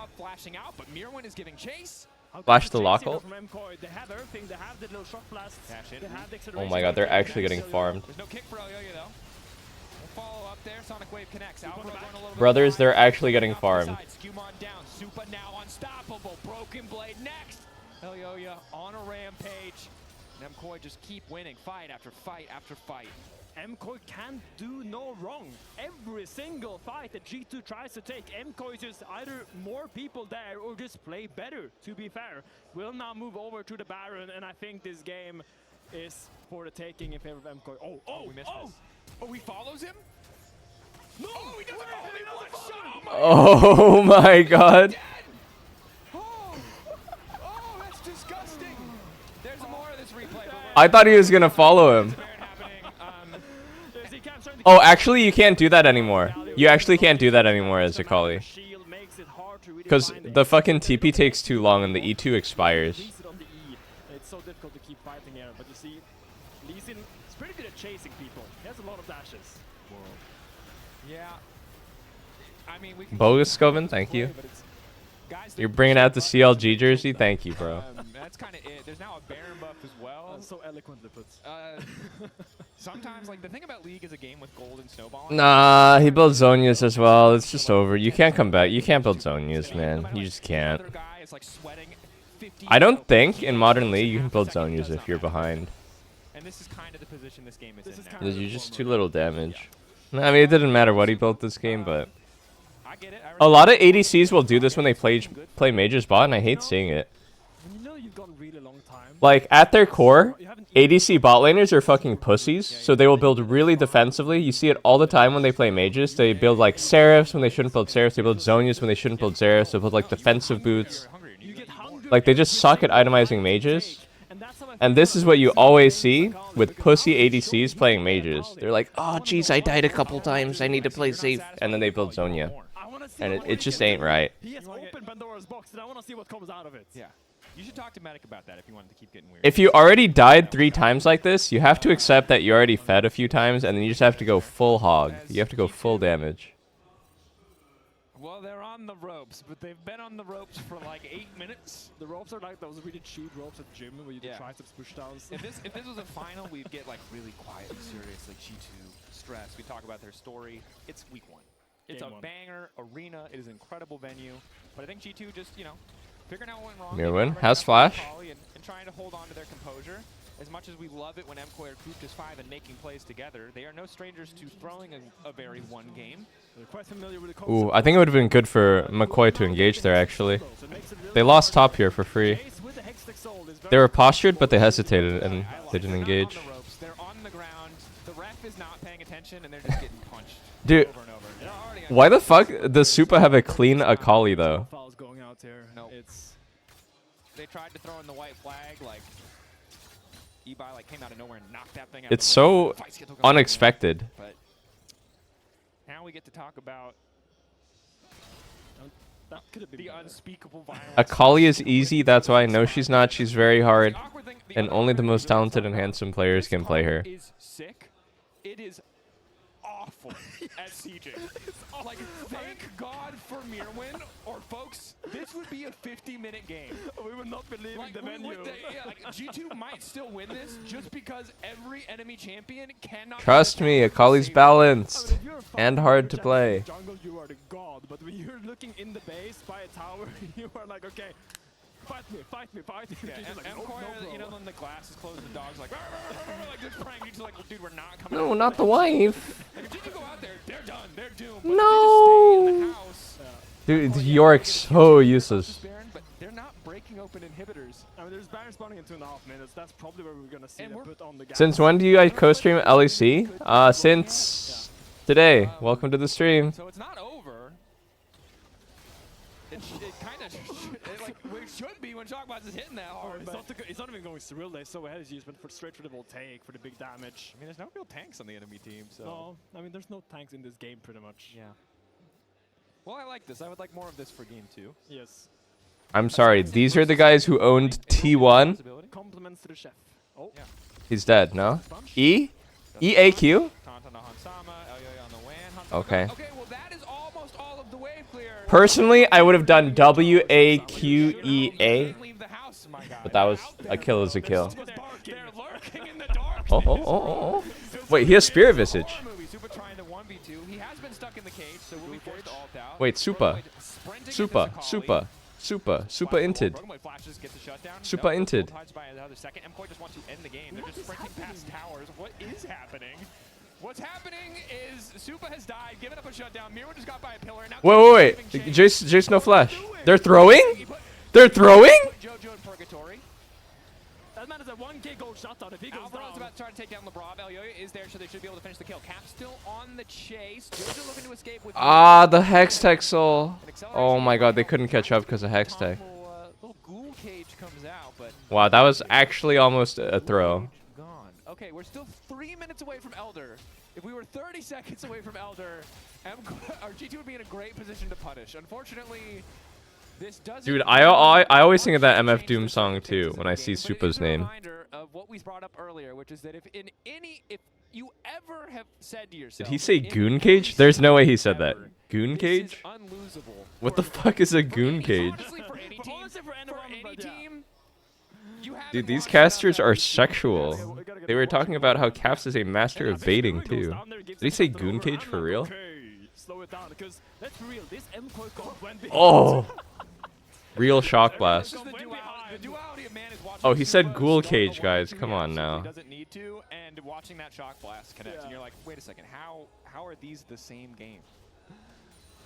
All right. So that's Whisper picked up there. Again, reminder. Akali, bot lane, counterpick, worked. Alvaro, early activity, really worked. Caps, shut down early. That is the summary of this game. If you're still watching, you're watching the Goomba Stomp highlight reel. We are in the 360 Call of Duty Modern Warfare 2 montage. My man is out here with a bolt action rifle doing flips, back flips off building, headshotting people left and right. Mirren is using that item in Super Smash where you pick up the hammer, you just go bonking people with his hammer. I want to sing the song, but I'm definitely afraid of singing anything Nintendo related for the lawsuit. They should just send it. Camel Galio, go. Camel Galio, go on any guy. Just getting blasted. They should go. Oh wait, Supa's in ting. He caught him with the E2. Supa's in trouble now. Oh, that's devastating. Galio ult, Cap flashes out off the side. Broken Blade is still living. The wife is in the midst of the fray. Finally, but Skewmon is getting lower and lower. Jojo Pino looks like he's going to be able to finish the kill. Skewmon just a little bit too fast. Flash away from the Winds of War. Broken Blade still alive. Oh my god, they almost threw an unthrowable game. They actually almost threw an unthrowable game, I swear.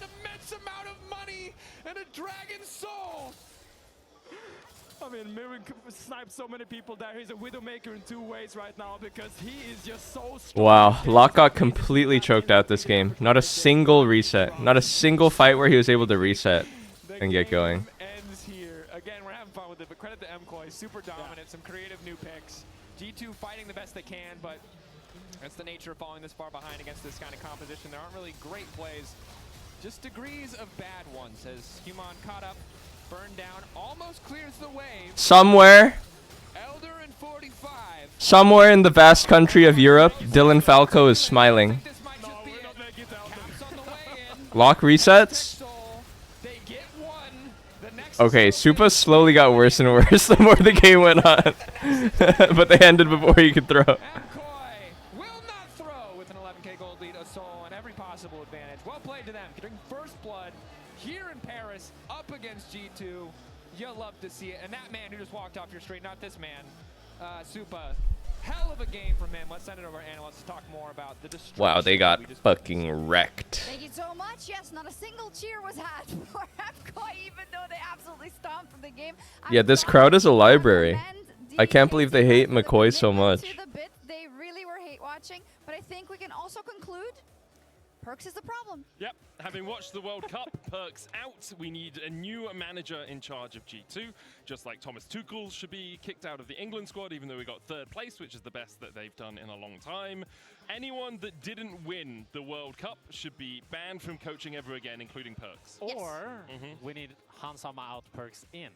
Oh, Mages bot lane. There's a true. Kali in the bot lane. I mean, True. Wait. And Perkz played AD carry for that one split, right? So It's like a psyop because he's like, yeah, Hansama, you should for sure play mages in the bot lane. You need to play I've got Victor these here." insane strats for you. Feeds his ass off, and then he's like, This, but "Wow, unironically. Dude, I'm telling you. I do have an apology to make to MKOI. Yes. Umajan. When we were talking about draft, Umajan. I talked about how I thought in the 2v2 lane, Akali would struggle into Victor and Rel. I forgot that bot lane is not a 2v2 lane anymore, it is a 1v1 lane, and Akali was fine just into the Victor, scaling up to 6 and then super popped off, right? So basically, what happened was, supports are broken, you can roam from level 1 and not lose any experience or gold, and therefore, Akali into Victor bot lane is good. Yeah, it's pretty ridiculous. You just see the Camille starting top, makes her way down mid lane, and then it's like, yeah, 3 minutes, maybe I can start going bot now. That's a fine time. I'll be right back, fellas. I ordered a burrito for breakfast. Apologies need to be made across Okay, the apologies board. for me. Yeah, okay. So I threw a lot of flag towards Mirwin. Wait, so what is meta? Am I supposed to just spam 3-minute ads right now so it doesn't hit during the game? Like legit run like 9 minutes of He was ads? constantly pressuring, he was landing the shock blast. He had a really good fight at 5 minutes where he used his move from top lane to impact the fight and be first and create the numbers. Okay, you're welcome. That made it so like really You're started welcome. this early game snowballing for MKOI, and overall there was nothing I could fault him with this game. He wasn't getting caught, he was playing really well on the edge and just using this Jace pick to pressure down G2. He wasn't the star of the show, but this is the stability that I want to see from Mirwin in MKOI. I think generally MKOI looked very coordinated in this game. You can see it here as well. The 5-minute fight around the top side river. They know that they have first move from top. They know their support is going to be there quicker because Camille traverses ground very quickly. And they always know they're going to have a numbers advantage. And this is what really started the snowball away from G2. It started very well, I want to say, for MKOI. I think they surprised us all, took us a little bit off guard because it isn't the easiest composition to play. And this is where we got to give some credit to Supa as well. Man, he looked phenomenal on the Akali. I did not see it coming. I love this evolution of the meta. The fact that we have Akali in bot lane now, and especially that players are so confident in picking it and playing so aggressive on it. Of course, when you get level 6 on Akali, that is the danger zone for this Victor. But the fact that Supa was not just able to get there, but then also punish Caps, punish Hansama, finding these solo kills that set him up to be so useful in the team fights. It was really cool to watch. This feels like, reminds me of kind of 2019, I'm not gonna lie, when a lot of teams were playing crazy stuff in the bot lane and EU was on top. I'm not saying like if this is the world's meta, I have pretty high hopes. But you can have the highest hope you want, dude, but it's day 1 of the summer split, so let's temper those expectations a little bit. Like, credit to Supa, he's obviously practiced the Akali, right? He's doing the combos well. I don't think he did any of, like, the super Chinese TikTok sort of Akali combos. They were all pretty standard, especially, like, the kill on Hansama. Hans is standing still. Yeah. It's pretty easy to kill someone who's standing still on Akali when you're that far ahead, but I do like the fact that we're seeing that experimentation from MKOI. Traditionally, it was Mirwin in the top lane who would bring us out some of these different picks. Look back to his Varus that he was playing before everyone else was. I'm liking the fact the rest of the team is doing it. I don't like the meta. I know you do. You don't? I like AD carries and supports to be in the bot lane. For me personally, but it's playing, mages or this. For me playing, I like ADCs in the bot lane. But watching, I can think this give is you. very It's cool. different, it's unique, I'll give you that. Especially how the evolution goes. If it's just mages, I think that gets stale pretty fast. Sure. But if now people are going to be playing some tanks here and there, if they're also then going to still play ADCs when it's a good like game 2, game 3 of Fearless, and you have assassins, I mean that's a pretty cool meta. No, I'll give you that. I'll give you that. The further on we get through a series, the more I'm expecting to see those AD carries because mages are so much more situational. You can't have magic damage through your entire comp, so you need some of that physical damage. We don't see a huge amount of physical damage coming out of mid lane at all at the moment. You're looking at Yone, sometimes Tristana. So where are you finding that? Top lane it tends to be where you go, things like the Jace. And I expect to see a further evolution, hopefully, away from pure majors. Bot It's lane still all the time. fearless. It is still fearless. But it's best true. of threes. Yeah. We're used to best of fives, but it's best of threes. Also, Locke, not that good. Yeah, he's bad. Perks out, lockout. Those are the two things. Yeah, I don't really think Caps had an opportunity to do anything good this game. But did he play I mean, he had a lot of blunders. He played poorly. Yeah, he had a lot of blunders. He was really greedy, using his mobility just like to farm, to hit towers, and then he would get caught right after. And I feel like in general, you could kind of see across the board that G2 looked a little bit like hungover, kind of like they just, none of them were really in the right places at the right time, finding the good plays. Hansama was really quiet on the Victor, Caps dying really early as well. Just didn't set them off to a great start. And we'll have to see if they can adapt in this series, or like G2 always has a slow start. Yeah. And right now they're playing against the best teams in this weekend. So this will be a really bad time for them to take that time. Yeah, I think it's important that we don't excuse the fact that G2 played poorly, but we do recognize the fact they've just had MSI and then EWC and then a here, and they have a coaching staff change, right? If we didn't have the coaching staff change, it would be exactly the same. I wouldn't be surprised G2 looking like this in week 1. However, they do look bad. Yeah. 5-head MCoy, lose the game, more time to prepare for the road trip in KC, and beating G2 possibly in their first match back, but this was only game 1. Game 2 coming up right after this. Welcome to the European League of Legends Championship Series.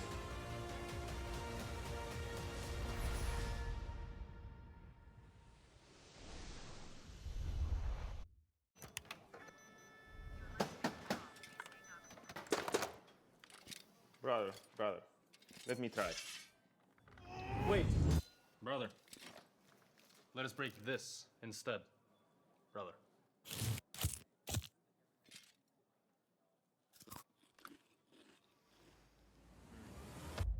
Have a break. Have a Kit Kat.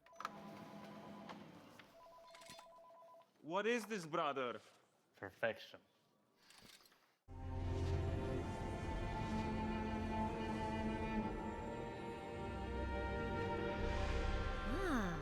A new champion. Welcome to my shop. You'll need the right build. Choose wisely, because every upgrade brings you closer to the next level. So tell me, how will you level up?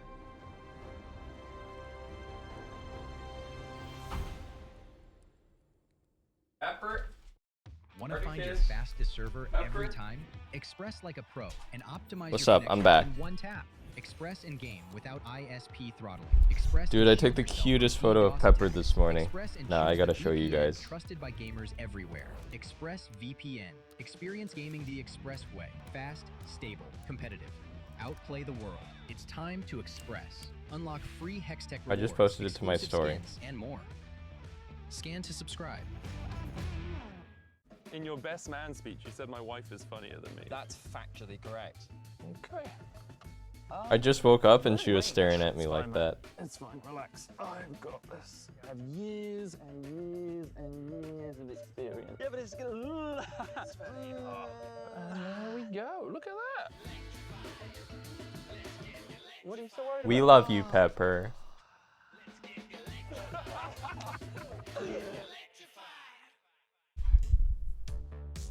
Pepper, come say hi.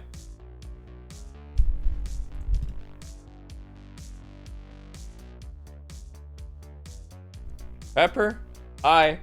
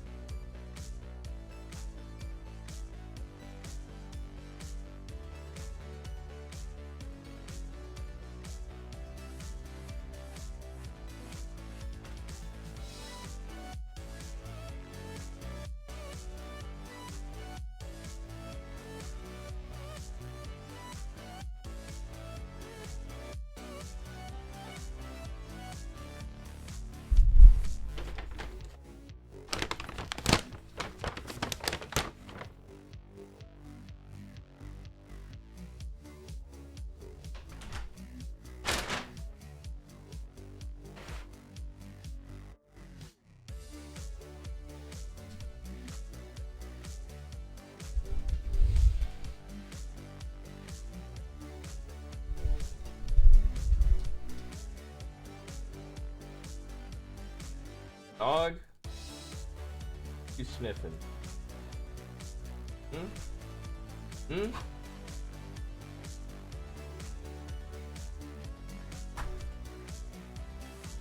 What did I get? I got a breakfast burrito. Do Europeans know what a breakfast burrito is? Who's European here? You know what a breakfast burrito is?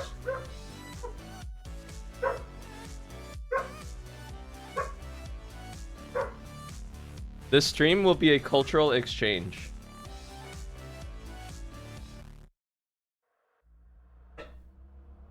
Is that like beans on toast? Dude, sort of.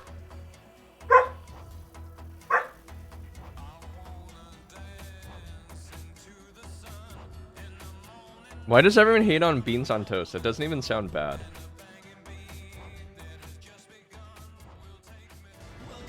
A breakfast burrito is a burrito that has tater tots, scrambled eggs, beans, a little pico de gallo, and meat in it. Hello guys, how is my voice now? Hello,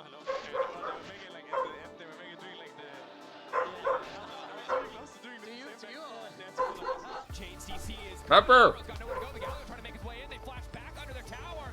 Pepper!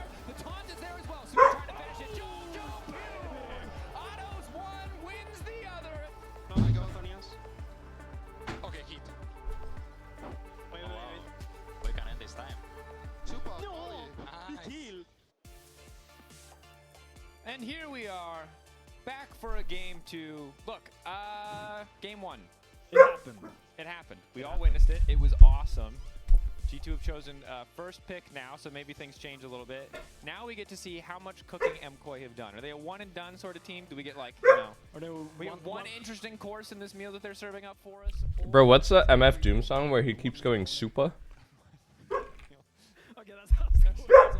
Always think of it. Is it hoe cakes? As it were. G2 looked super dizzy and lost. I think you can call it a draft gap. I think it would be disingenuous to the level of execution that MKOI showed, but I do think that I expect a much more standard Keep your holes in check than what we saw compared to game 1. And I don't think that the game Wait, why is he not saying super? Oh. This girl and she wants me to duke her. I told her I'll come scoop her around 8. She said, that sounds great. Shorty girl's a trooper. No matter what I needed to do, she'd be like, on his own throne, the boss like King Cooper. On the microphone, he flossed the ring. Average MCs is like a TV blooper. MF Doom, he's like DB Cooper. The Shen, the Leona, the whatever you want to play that goes in. Makes me think of super. I think he really thrives in this meta where he is not bound to a lane. You're getting a shawarma for dinner? Shout out to shawarma. And that to me is Shout out to grilled meat on a spit. this summer will be different for MKOI. I think so. And it's just been proven across every single surge in performance we've seen from MKOI. It always comes back to jungle and support. And as good individually as Alvaro is on some of those enchanters, as strong as they can be in the meta, for this lineup, for these 5 players, it's just always felt. You know what I've been saying recently? Is that men want one fucking thing, and it's so disgusting. It's not sex, it's grilled meat. On a spit. Or on a grill. But I would be surprised if Bro not putting up numbers. There was not damage, there was nothing coming into that mid lane, which is devastating for a champion like Lock. But now we're getting ready to get into picks and bans for game 2. Again, G2 have chosen first pick. MKOI will be on. Like, has anyone else noticed that? Why do guys like eating meat so much compared to the ladies? I mean, we don't really know what's gonna happen in draft anymore. In the past, I think draft is at very Like, when I see a big juicy steak, it awakens something primal within me. kind of see where the teams are going. That Akali pick on R4 last game, or B4, was a complete curveball. But G2 is also banning Poppy again on the first pick, which we saw MKOI do last game. Last time, MKOI was one banning the Poppy and the Shen to set up their Camille first pick. Now it looks like G2 might want to do a similar thing. Poppy taken away, as now is the Nocturne, maybe just trying not to give G2 an angle to assemble any sort of Nocturne Oriana combo. Dog. With G2 having first Cool pick, it. it's, you know, it's hard to get it in the 1-2. Now the debate though, and this is something that's interesting for us, right, is that it wasn't the largest patch, that is 26-14, Kaisa ban? Why the fuck are they banning Kaisa? And we're in a situation now where the meta is incredibly diverse, and so knowing exactly what is going to come out here is tough, and it makes it hard to ban. G2 is struggling this meta because Han sucks at mages. Dude, I'm pretty sure you don't have to play mages though. Pretty sure you can just say, hey, we're not gonna do that. This is the fallback for Supa, right? This is the thing that we see, and on the side for MKOI, what they're banning away is just like, yeah, the powerful junglers, the powerful diving assassin kind of jungler. I mean, it definitely feels like the industrial revolution of the game right now. You know, there's tailoring machines, there's steam everywhere, and you don't really know poor labor what laws. The The children are in the factories. I agree. It really feels that way, Finn. I okay, agree. you took it that way, Drake, because I did not lead it that way. I was gonna lead summer completely different. You jumped in. Take me on a journey. You jumped on my train. You're right. And I'm drove it projecting. into No. Let that metaphor go. Talk to me about the industrial. What's open? You Bye. don't really know what the future holds. You don't really know where this is gonna settle. Maybe mage bots are gonna be Ez? phased out because people realize I think it's gonna be an Ez game. maybe we're gonna see tanks in the bot lane. We have no idea where the meta Is he gonna first pick Ez? Is that what he's cooking with the Kaisa ban? And to me, that's the most exciting part about every single draft in this league. Yeah, and I think now it's a buy first pick. Buy first pick. But this is the other thing about it that's so interesting is like you can come out here with all your curveballs, but this man might just lock in like Vi Orianna, Vi Talia. Ori Yarvin? Gonna take the Orianna away for themselves. Oh wait. Oh my god! Double ball girls. Usually won't engage. No way. The two ball girls together? In draft, so securing it early for G2 allows them. You actually don't know who's going where either. Champions in other, I guess they're hardcore mage pilled over at McCoy. Again, we're gonna get to continue to see the depth of Supa's champion pool and what he wants to bring out here in terms of WNBA comp. snap lock in the Orianna and the Syndra 1-2. Usually teams like to play a little bit with you know, the illusion of something maybe being a flex, but Ez. they're not too concerned. On the opposite side for Okay, the thing is though, I feel like Ez is good versus mage bots. stability. Yeah. There's no chefing here. These guys are like, you know what sounds good? Plain rice, a chicken breast, and some broccoli. They know Leona this early is kind of weird, right? Leona blind? It's so funny how someone is locked in Echo bot right now when you were making that. I'm sorry, is that a thing that you expect to see? I have seen some Echo Dude, bots Lucian? pro players into Syndra. The Syndra bot was obviously taking over, and Echo is Does that work? Maybe you could go like Hex Drinker? Wait, Lucian sounds fucking bad versus mage, no? together with the Leona is a pretty In my opinion. The range is so short. You have to dash in. You have to dash into the spells. You have to dash into the spells. Why you do that? And there's one player in our league that loves playing AD carry top lanes. That's Mirwin. He does it every single year. It's usually not good. It's not. But now is the time to. Syndra, they should put Syndra bot, I think. It's Mirwin. Mirwin, will he bring out some weird stuff top lane? And right now, we're waiting to see that AD. Maybe we see some bans in that direction, right? Varus was hit a ton for MSI. He's still prevalent, not as a top. Ben Ari, Ben Aurora, maybe. So what are the options going to be as we enter the second ban phase? Ari taken away makes a lot of sense. You could ban Talia to deny Vi Talia, but I don't think Talia's really that great here. Versus Ball Girls plus Zin. Ari's a good ban, probably Aurora. In my opinion, Aurora. That can walk up and take space together with the Shincha, because right now Shincha is your only front line. And you Cassio, need really. some kind of assistance, some aid for Eliora so you can walk up. And usually what I'm thinking about is something like a Shen that's banned away, is something like an Alistar, a Nautilus, a classic. A good old famous Good old, Bolognese. straightforward, honest.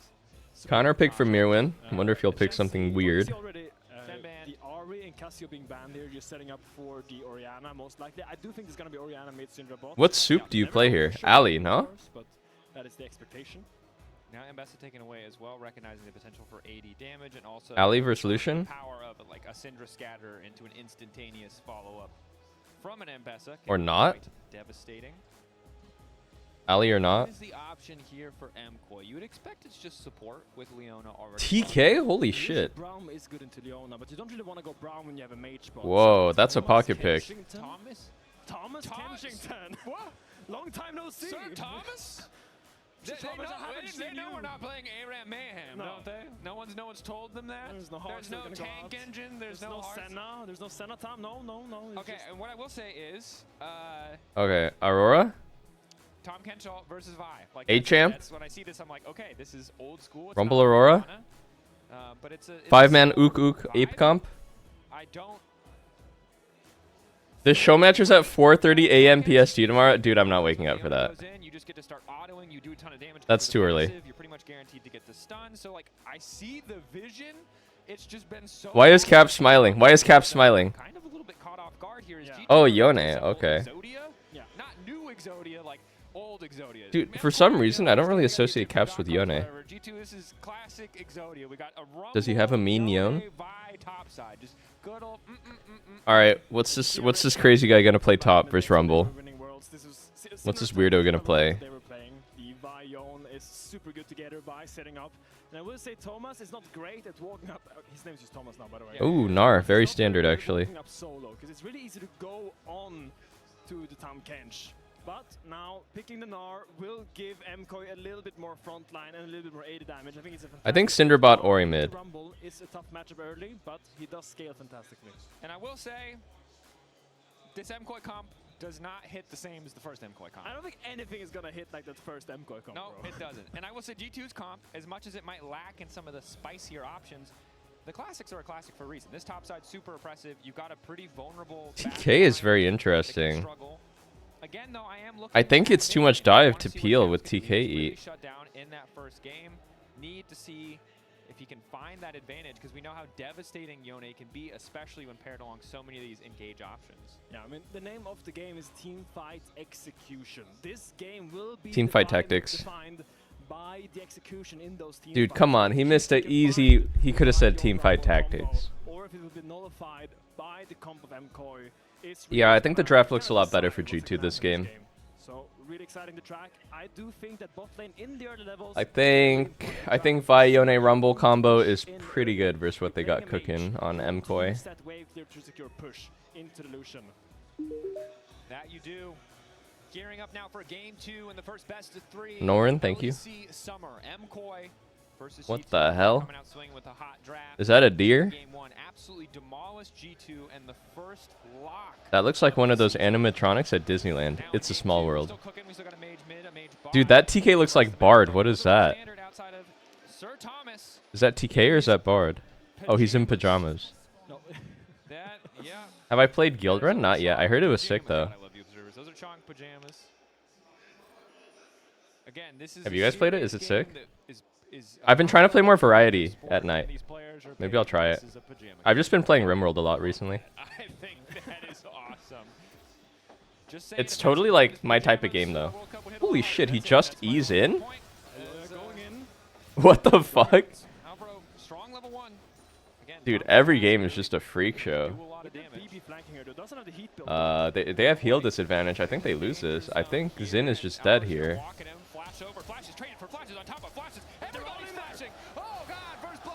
Oh my god. Does Vi have W? Oh, Vi has E. Oh, they gave it to Ori. Oh my god, is it Ori on a double kill? Oh my god. No, give it to Gnar. Give it to Gnar. Share it 1-1. He's got some pajamas of his own. My god, G2. That was not the sleepover you were looking for. I mean, G2 thought they found Elyoya too far in, but the moment he flashes out, they commit to the play. They shouldn't have committed with the flash out. Absurdly strong. That's why Lethal tempo units are always just way too strong at level 1. Hasn't played against Thomas in quite a while, but you gotta respect his sheer force and strength in these early scrappy fights. They could have had a small advantage by just letting Xin flash out instead. They went for the whole chicken, and that is pretty bad start, yeah. This matchup is already bad for Yone, and what's going on here now? How is this? He's level 3? Holy shit. That is a great animation. Look at oh my god. Look at why did you ever leave, Tahm Kench? Oh, that is put that tongue away, bro. That is too. This is a family show, bro. Put that tongue back in your mouth, man. We do not need to see that again. Okay. Well, gonna take a breath. Try not to laugh about Tahm Kench anymore. We'll hold it until next time he does something funny, which will be probably pretty soon. So, Rough frame, bro. Thank you. Gold lead from Miro on the top side, was able to get boots early, which does make the matchup. I mean, in this matchup, it's all about landing those harpoons for Rumble, because the moment you land the harpoon, you slow him down, shred his MR, and that's when you really go for the flame spitter. This matchup can already be pretty hard for Yone, and Ori has a kill and an assist. Wow, his items look really homeless though. I'm surprised he got kill assist early and his inventory looks like this. Shouldn't he go like Dark Seal? Wait, Thomas is dead. He's level 4 to level 1. What the fuck, bro? Well, this bot lane 2v2 is going a lot worse. And I will say, as we got distracted, is the problem, Finn. We got distracted. What were we saying? We were saying, wow, MKOI are at their best when Alvaro has these engaged champions and agency.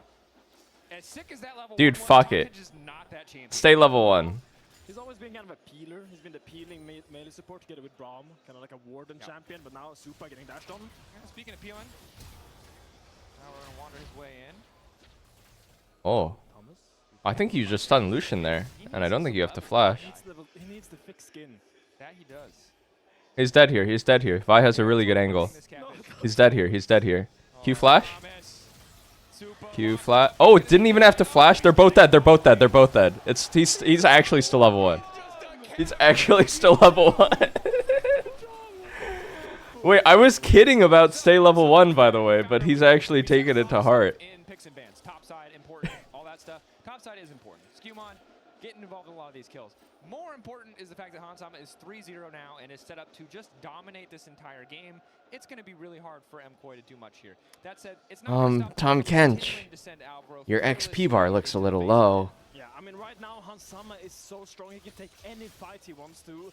His damage is just way too much. Here's the thing with the mages into the AD carries is that they usually push in the waves and make it that they need even more time to scale up before they can really hit those items and then do the damage. But when you don't win lane with a mage, and you're getting pushed in like this... The French crowd has cheered for the first time. Dude, he's literally in Ding! Wow, European League of Legends. I like this shit, man. I like it. Man, bench the Kench, what is this? Is he protesting? One death per level challenge. Scatter of the week goes wild. Wide, that's the word. As Hansama returns to bot. Now, Caps is kind of out the tough part of the lane. It is usually those first 6 levels for Yone that you're just getting pushed in. You're sitting there with your Doran's shield regeneration, just sustaining through the... Dude, Hans on AD versus not on AD is just night and day. Just don't pick a mage bot, man. Whoa, whoa, whoa, whoa. Oh, nice E. 4-0 now is only getting scarier. Not going to be the boots too interesting from Caps. Going for the components for Blade of the Rune King. One of the things with the mid lane quest is... Whoa, they have yellow synergy. Treads are so strong. Sometimes we do see Yone's, and then in this case against double AP, so it makes even more sense. Yeah, I mean, opt for that instead. A Hex Flash? It does cost him, because normally that boot spike, as strong as Albro, is getting cold. And look at Skewman is already here for the dive. This is a good pre-chunk for the Vi dive. Vi is 6 very shortly.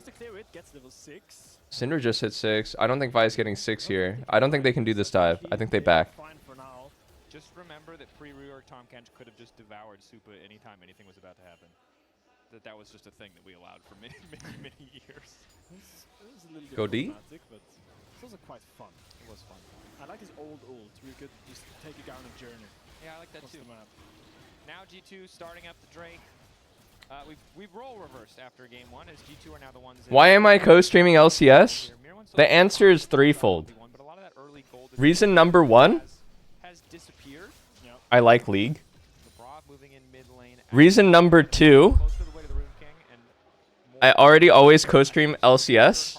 So if I stream LEC before LCS, I will have more people watching me play LCS. Reason number 3, I have been enjoying solo queue less recently, but I still really like the game, so I want to find ways to engage with it that isn't just spamming solo queue every day. Reason number 4, I think there's a lot higher European interest in League at this point than North American, so I want to appeal to the European fan base. Reason number 5, TSM doesn't really get anything done before Caps. I think that's all the reasons, actually. It's gonna be a very hard game for the side of MKOI. Definitely is. Look, not a lot for MKOI to do other than stem the bleeding, as you've highlighted. We'll see with Elyoya at level 6 now if he wants to get super involved. They can still look for plays as long as Hansama is not. No, I think like really the biggest issue though is I do want to like try and appeal to EU more. I want to do a trip to EU at some point as well and play on the server there. Big combo. Oh my god, did he live? Yone? Wow, flash auto. Dude, these games are insane. It's just perma fist fight. Quick kill picked up there for G2, taking JoJo out. A scrappy fight, but MKOI only losing one. Now thinking that they have to commit for a bit more. What's up with solo queue? Is it just stale? Dude, I fucking hate the North American way. I hate the North American style of solo queue. It's so slow.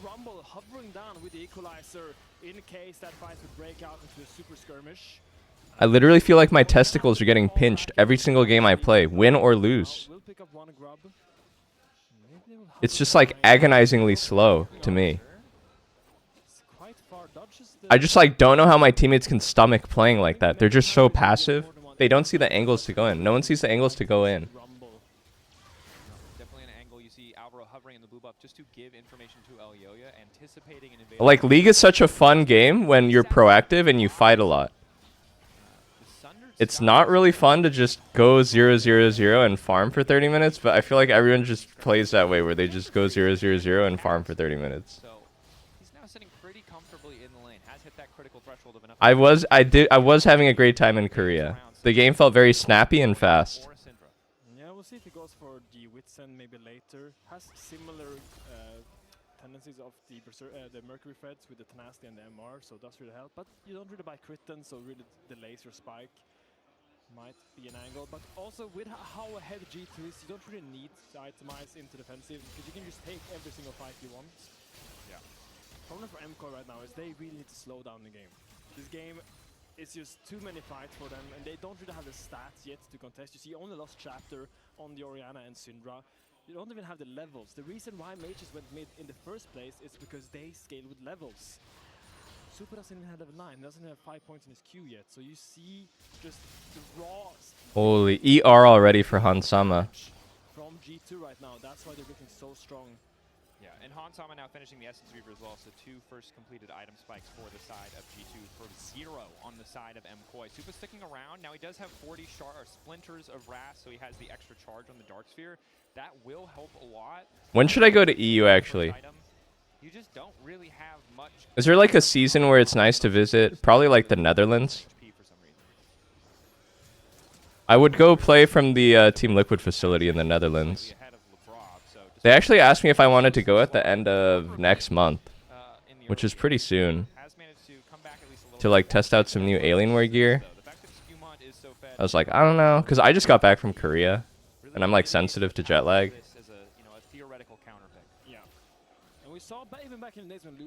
I'm gonna feel so short there. Wait, why would I feel short there? I'm 6 feet tall. 6'2" actually. Even more kudos to Hansama for making this champion work. You can see how much more comfortable he is on the Lucian compared to the Viking. Wait, you guys think I look short on camera here? Hansama that pushes forward, gets lane leads and snowballs incredibly fast. Almost jumped in here. Is here as well. TP coming in. Oh my god, both tops are TPing in. Level 4? LeBruv. Level 4. Wait, how is TK higher level? How is TK out leveling anybody here?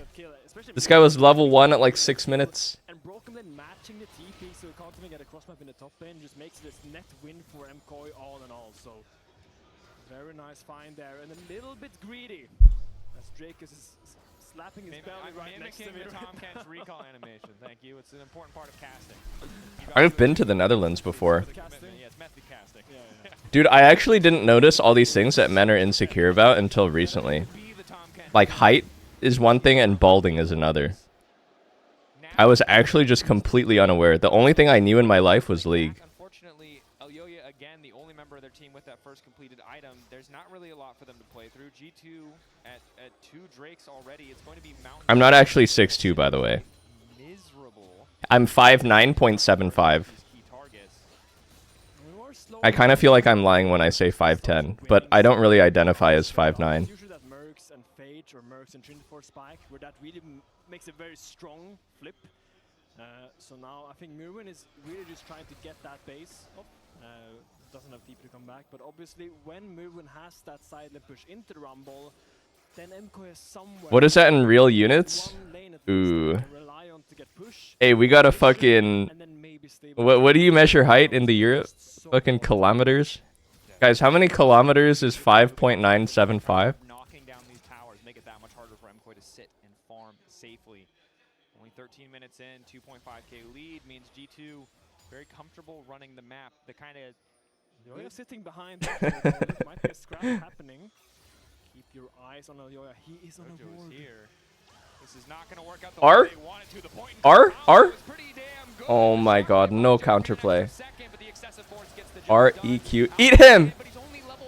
Eat him! Oh, he didn't have to eat him. Oh, he can't even eat him. He's 5. He's still not level...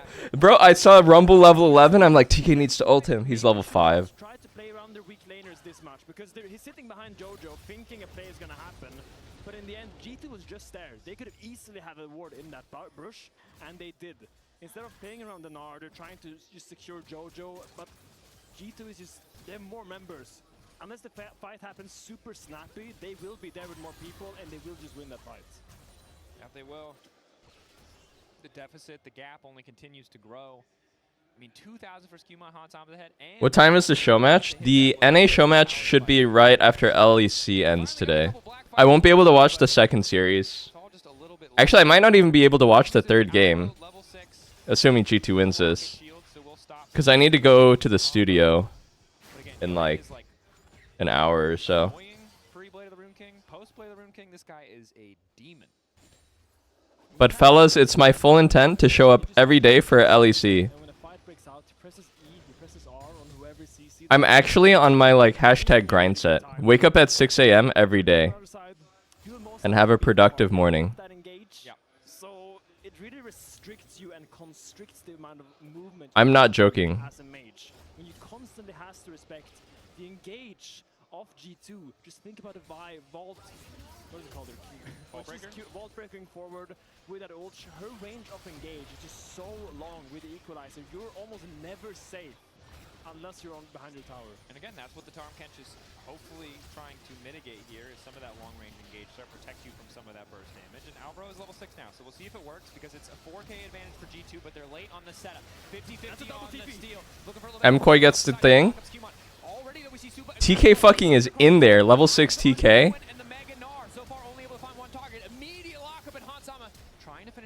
Oh my god, no one dies? One guy dies? Lebrov down? Wow, MKOI actually wins this fight? Caps couldn't get in there for some reason. Caps still has Yone R. What happened to the combo? Vi Yone Rumble ult one guy. They need to Vi Yone Rumble ult one guy, but Yone didn't R. What happened here? Yone is far here. Yone TP's in.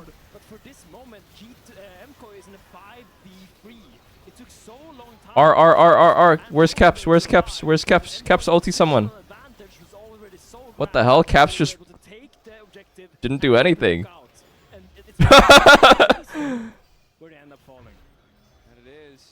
Oh, the spectator fucked up. What's going on? Still 3.5k gold lead, right? But yeah, still a more comfortable scenario where we did not get to see the full kind of wombo. Wait, Caps just TP'd in and just fucking jiggled around and didn't do anything. I guess he didn't want to ulti on Gnar for some reason. They will be too late on the follow-up. MKOI can turn. That's exactly what happened there. And it really highlights how... I think they actually need to focus TK. They need to blow up this level 6 TK every fight. But your TP takes 4 seconds, and those 4 seconds can be so crucial. Otherwise he will eat somebody. Maybe it's a bit awkward for them. They don't want to use everything on TK. The false sense of security really catching them off guard, punishing them. Objectively, on paper, you have that. Ideally, you catch TK +1 in the stack engage with Vi, Leona, You just like do a gangbang engage. Make it out with more than you'd like them to have. Although now third Drake fight over the Scuttle Crab. Crab. Well, El Yoyo is down 2 levels. R. Wait, good angle for Vyar. Knockup is there.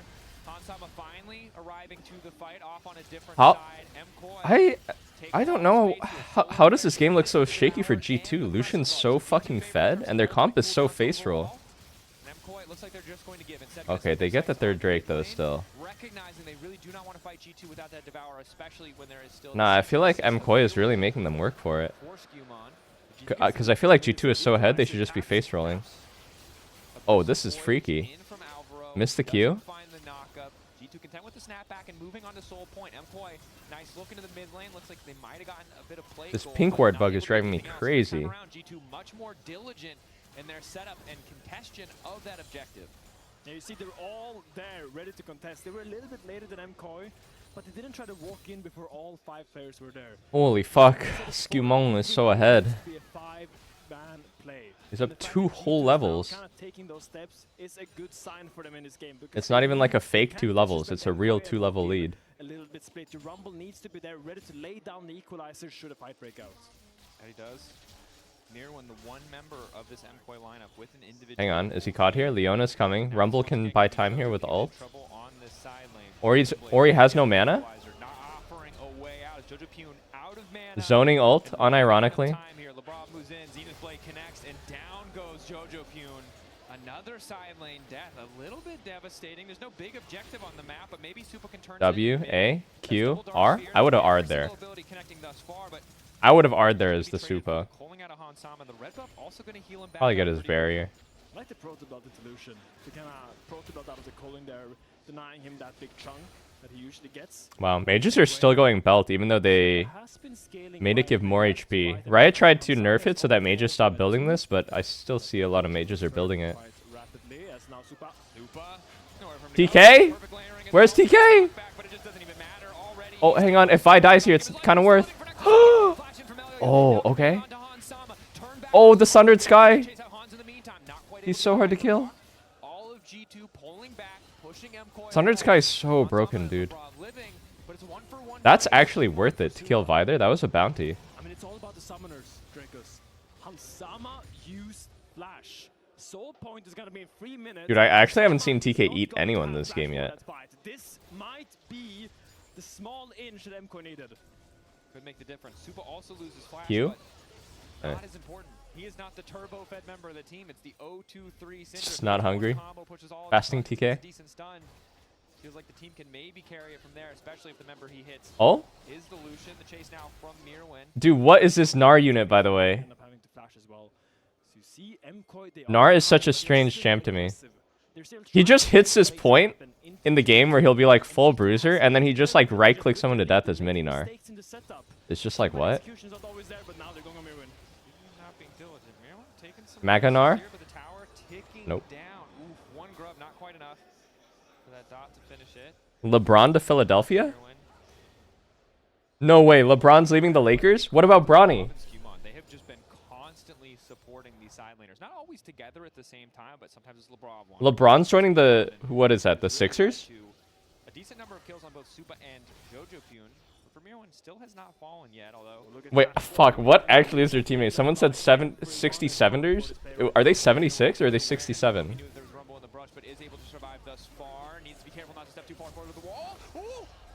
Oh, the burn.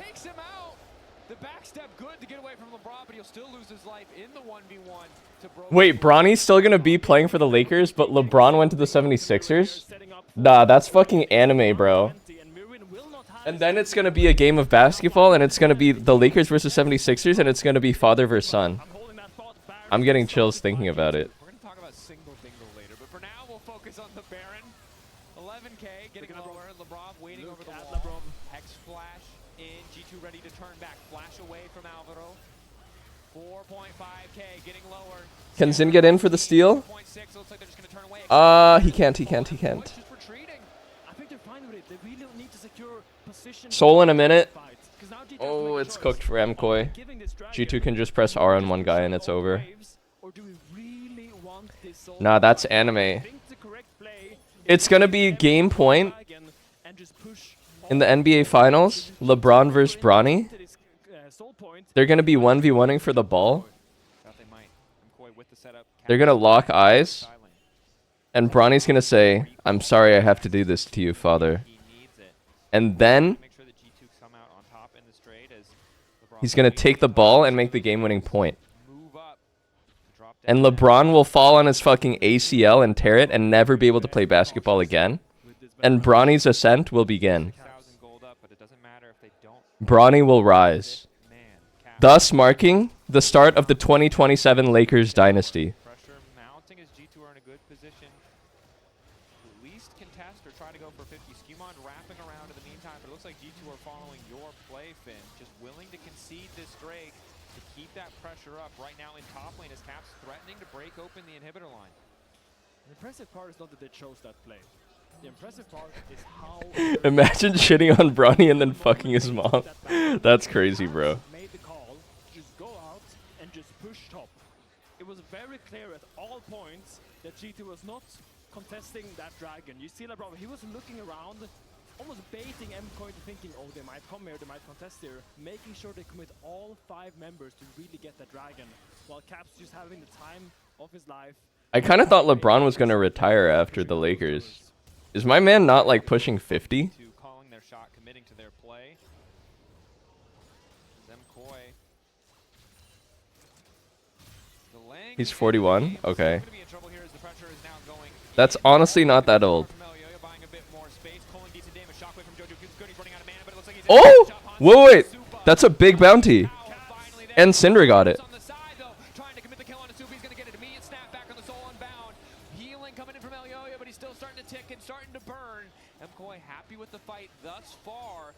Damn, I was too busy thinking about LeBron fanfic that I didn't realize MCoy actually got the Drake here. I thought G2 was going to get Soul.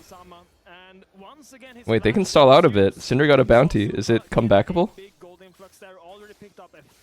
Guys, 41 is not that old because 30 is the new 20. Everyone knows this now. 30 is the new 20, so 40 is the new 30. And 30 is the new 20, so 40 is the new 20. By transitive property.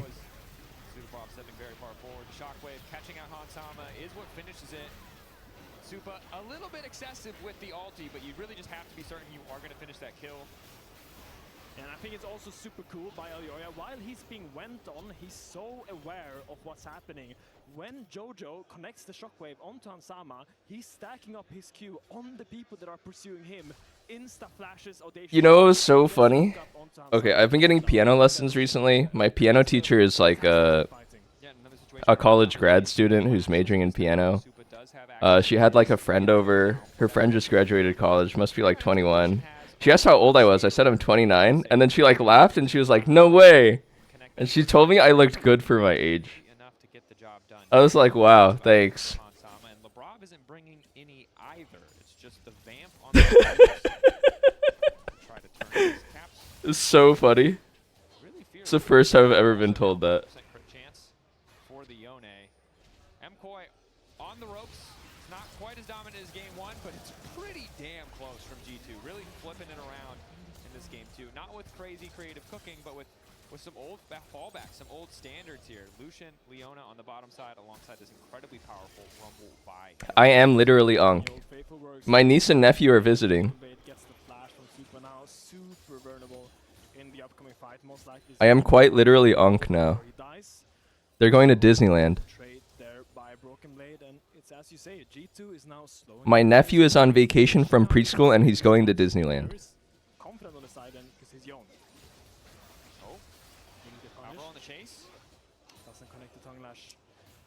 That's ideal. I mean, we talk so little about the actual mechanics of Tom Kench, but you know, you hit the tongue lash, you kind of hit confirm to the Abyssal Voyage. In that case, he doesn't have it, right, because he used it to get in, but now he is just a little devour bot, hoping to save somebody's life. It's 1 minute until Soul Point, and you see Hansama has made a good choice.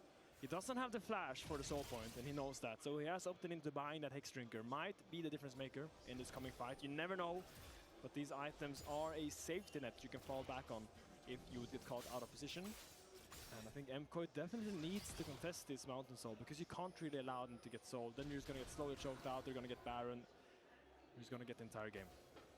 They have ads on the Rift now? Dude, yes, they have ads on the Rift. You think all this shit runs for free? Can't really contest waves right now without better information, so staying group, respecting the potential that G2 could be waiting in the darkness and hoping that a man advantage allows them to reclaim at least some of this vision and keep Mirwin safe as he farms his bot lane wave. You know, like Caps is using his E as a human ward.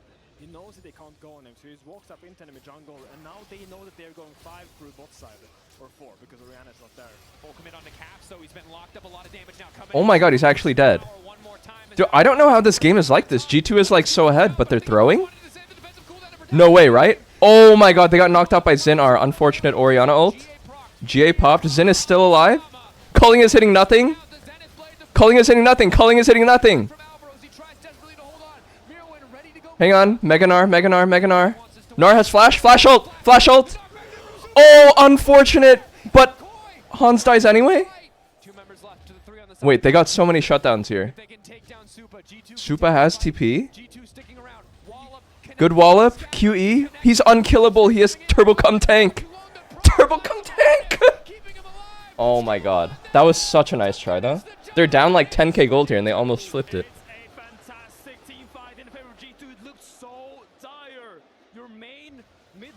G2 looks sus. I don't know how this game looks so hard when they're 10k gold up. Oh, I'm sorry. What's it called? Oh, Protoplasm Harness. Nah, it's crazy to almost come back like this. They got the kill on Yone here. This Ori ult was very unfortunate. It's stacked with like Zin ult, but Zin ult knocked everyone away. They're just down too much gold. I feel like G2 got outplayed hard in this fight. Culling hit like nothing. Lucian was just kited the whole time. I guess TK kind of just killed himself for free. That was not good. Syndra QE plus Gnar ult interacted poorly here, but then they still killed Lucian, so it was okay. It was a nice try here. It was really close. They were just like 1 damage off. I thought G2 should just go the dragon here. Just make sure you get that soul before you contest them, but I mean in the end they are G2, they will make Close. They maybe could have backed off and played with double TPs here, but it was a hard call to make. The tightest calculations, it is the difference of the protoplasm harness that ultimately. I mean, that's probably too big of a lead to come back, yeah. Now that they've seen that all those cooldowns come out from Syndra, it's 10k. 10k is pretty severe. 10k and Soul. He's got the execution threshold, he's got all that additional AP, and the death cap on the way. Jojapun also with a death cap on the way. No defensive items here for either of these mages. Really. I think their comp, the thing with ball girls is you need more setup. Like, I understand why they picked TK to try and peel versus all this dive, but I think they needed a more aggressive support. They needed like a Nautilus or an Ally who can just fucking go in so that the ball girls can combo. The ball girls both really need someone who can just go in and make space. TK is like a sitter behind her. Flashes the Yone ult. Is he taking the DD? No, he doesn't have DD. Hang on, Lucian? Like, these kills just don't make sense. How hard can it be to win the game when you're up 10k? You see the jitters. It's quite difficult for G2 to end this game cleanly. They've had the upper hand all game long. I really don't know how it's so hard to just press R on one guy. Vi R, Yone R, Rumble R, go. Labrov just goes in anyway, and it's not the best look right now, but you really need to get some confidence because Literally on anybody. Go long. And you need to make sure you cleanly end this game so you can then move on into the next game. Yeah, we've essentially had 2 pretty one-sided stomps. I think the difference between Game 1 and Game 2, however, is that MKOI's composition allows them a lot more room to come back into the game if you make those slip-ups, and G2 have been making those slip-ups. This does not feel like a game with a 10k gold lead. No. You tell me 5, you tell me 4, Baron, Soul, I believe you. But it's 10,000 gold advantage, and still MKOI are That's what I'm saying, Caster. Slightly down in these fights, and Oh, they're holding the waves so they can crash at the same time. Pressure the base all at the same time. It's really hard to find them overextended on the side lane because they use Nah, there's no way they throw this though. They will execute here for sure. You remember I literally just needs to press R. Just press R and go. It has to be a little bit cleaned up, I think. G2 though now just trying to keep the siege going. Syndra, as you highlighted, a control mage, but also just has access to the force of will to just pick up those minions, drag them out. Mirwin, though, They will dive now that Syndra's holding top. down. He's a little sleepy guy. Can't get angry again for another 15 seconds. His lockup is there. You in? Yo-yo, but good patience not to immediately use the Crescent Guard this time around. R? Solar Flare connects. Fall off on a Joji with Buy ulti, Yone ult. Oh, they finally did it. means it can't protect Supa. Joji Poon in the back They line finally makes did it. All the difference. It's 2 members down in the blink of an eye. G2's not messing around. Pick up quick 2 kills, and now they're poised to end the game. Will I be streaming during or after the show match? No, the show match should be streamed on Riot. I probably will not stream after the show match. G2 going for the throat in the final moments. It took them a bit of time, but they close out that final fight cleanly and are going to take us to the game 3. And Hansama says, you can have a mage, you can have 2. As long as I am AD carry, I will destroy you. Fantastic game by him on the Lucian. I'm not streaming the show match? I can't. I'm going to be at the Riot Games studio. And this is why G2 in the end is still G2. That they are. I like the bars, Finn. I like the rhymes. Now we get a game 3, which is sick. Because look, I want a closer game. The fights have been good. The drafts have been entertaining. The Tom Kench in the pajamas was awesome. It was great. Look, we're just going to have to find out. Because ultimately, it's enough from us. Let's see what Hans has to say, who's standing by with Lore. On est prêt? On est là? Ouais. Nickel. Huh?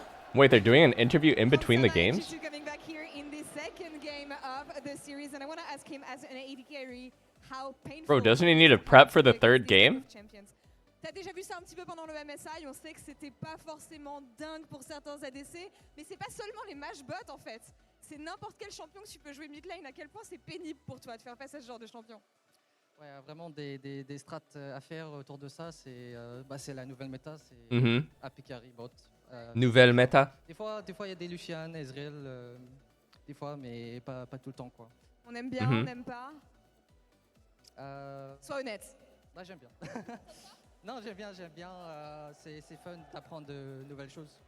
On verra si t'en sors pour la prochaine fois. Je vais te laisser rejoindre ton équipe. Talking about AP, mages, bot lane and the meta, there's a lot of things to improvise and a lot of things to learn from him. I asked him if he likes it. He says yes, but we are yet to see an AP carry for Hansama here. Kamel, je te rends la parole. And Desk, back to you guys.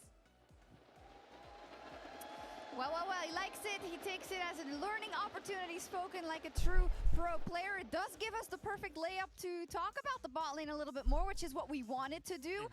Perks, he's back on the good list. Yeah, hire him again. We like him again. Rehire him, bring him back in. All it took was Alvaro being level 1 until minute 5 for Perks to get back in our good graces.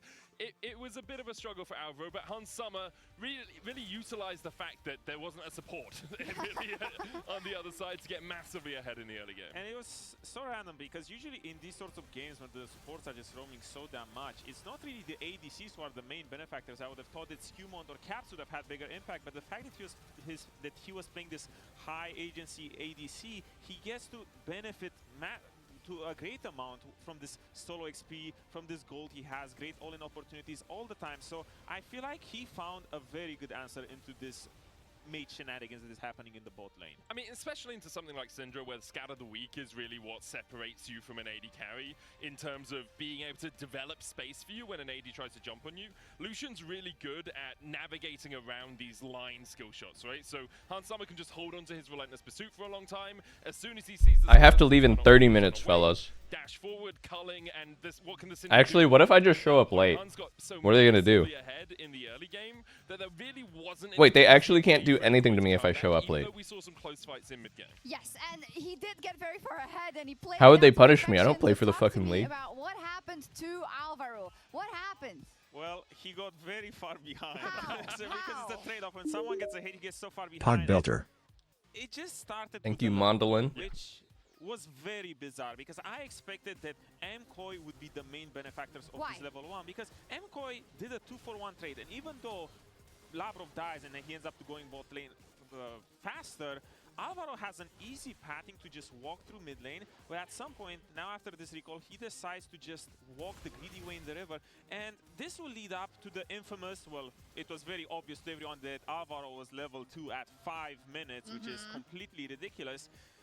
What happens there in this support meta when they roam, he missed 2 waves and a half of XP, and Labrov gets to catch it back, and now he tries multiple times to sacrifice his own tempo to gain benefit for Supa. And even now, This guy was level 1 for so long this game. he's level 1. He's just a little snack. And after this, it's just now impossible to come. Actually, you know what? I thought about it, and I'm actually just gonna log off now because I have to leave in like 30 minutes anyway, and I should probably. I'm gonna take a shower. Level 1 for the slow, which makes a lot of sense. But it really feels I need to take a shower. Like MCOY just got catfished by this pick. So I gotta go.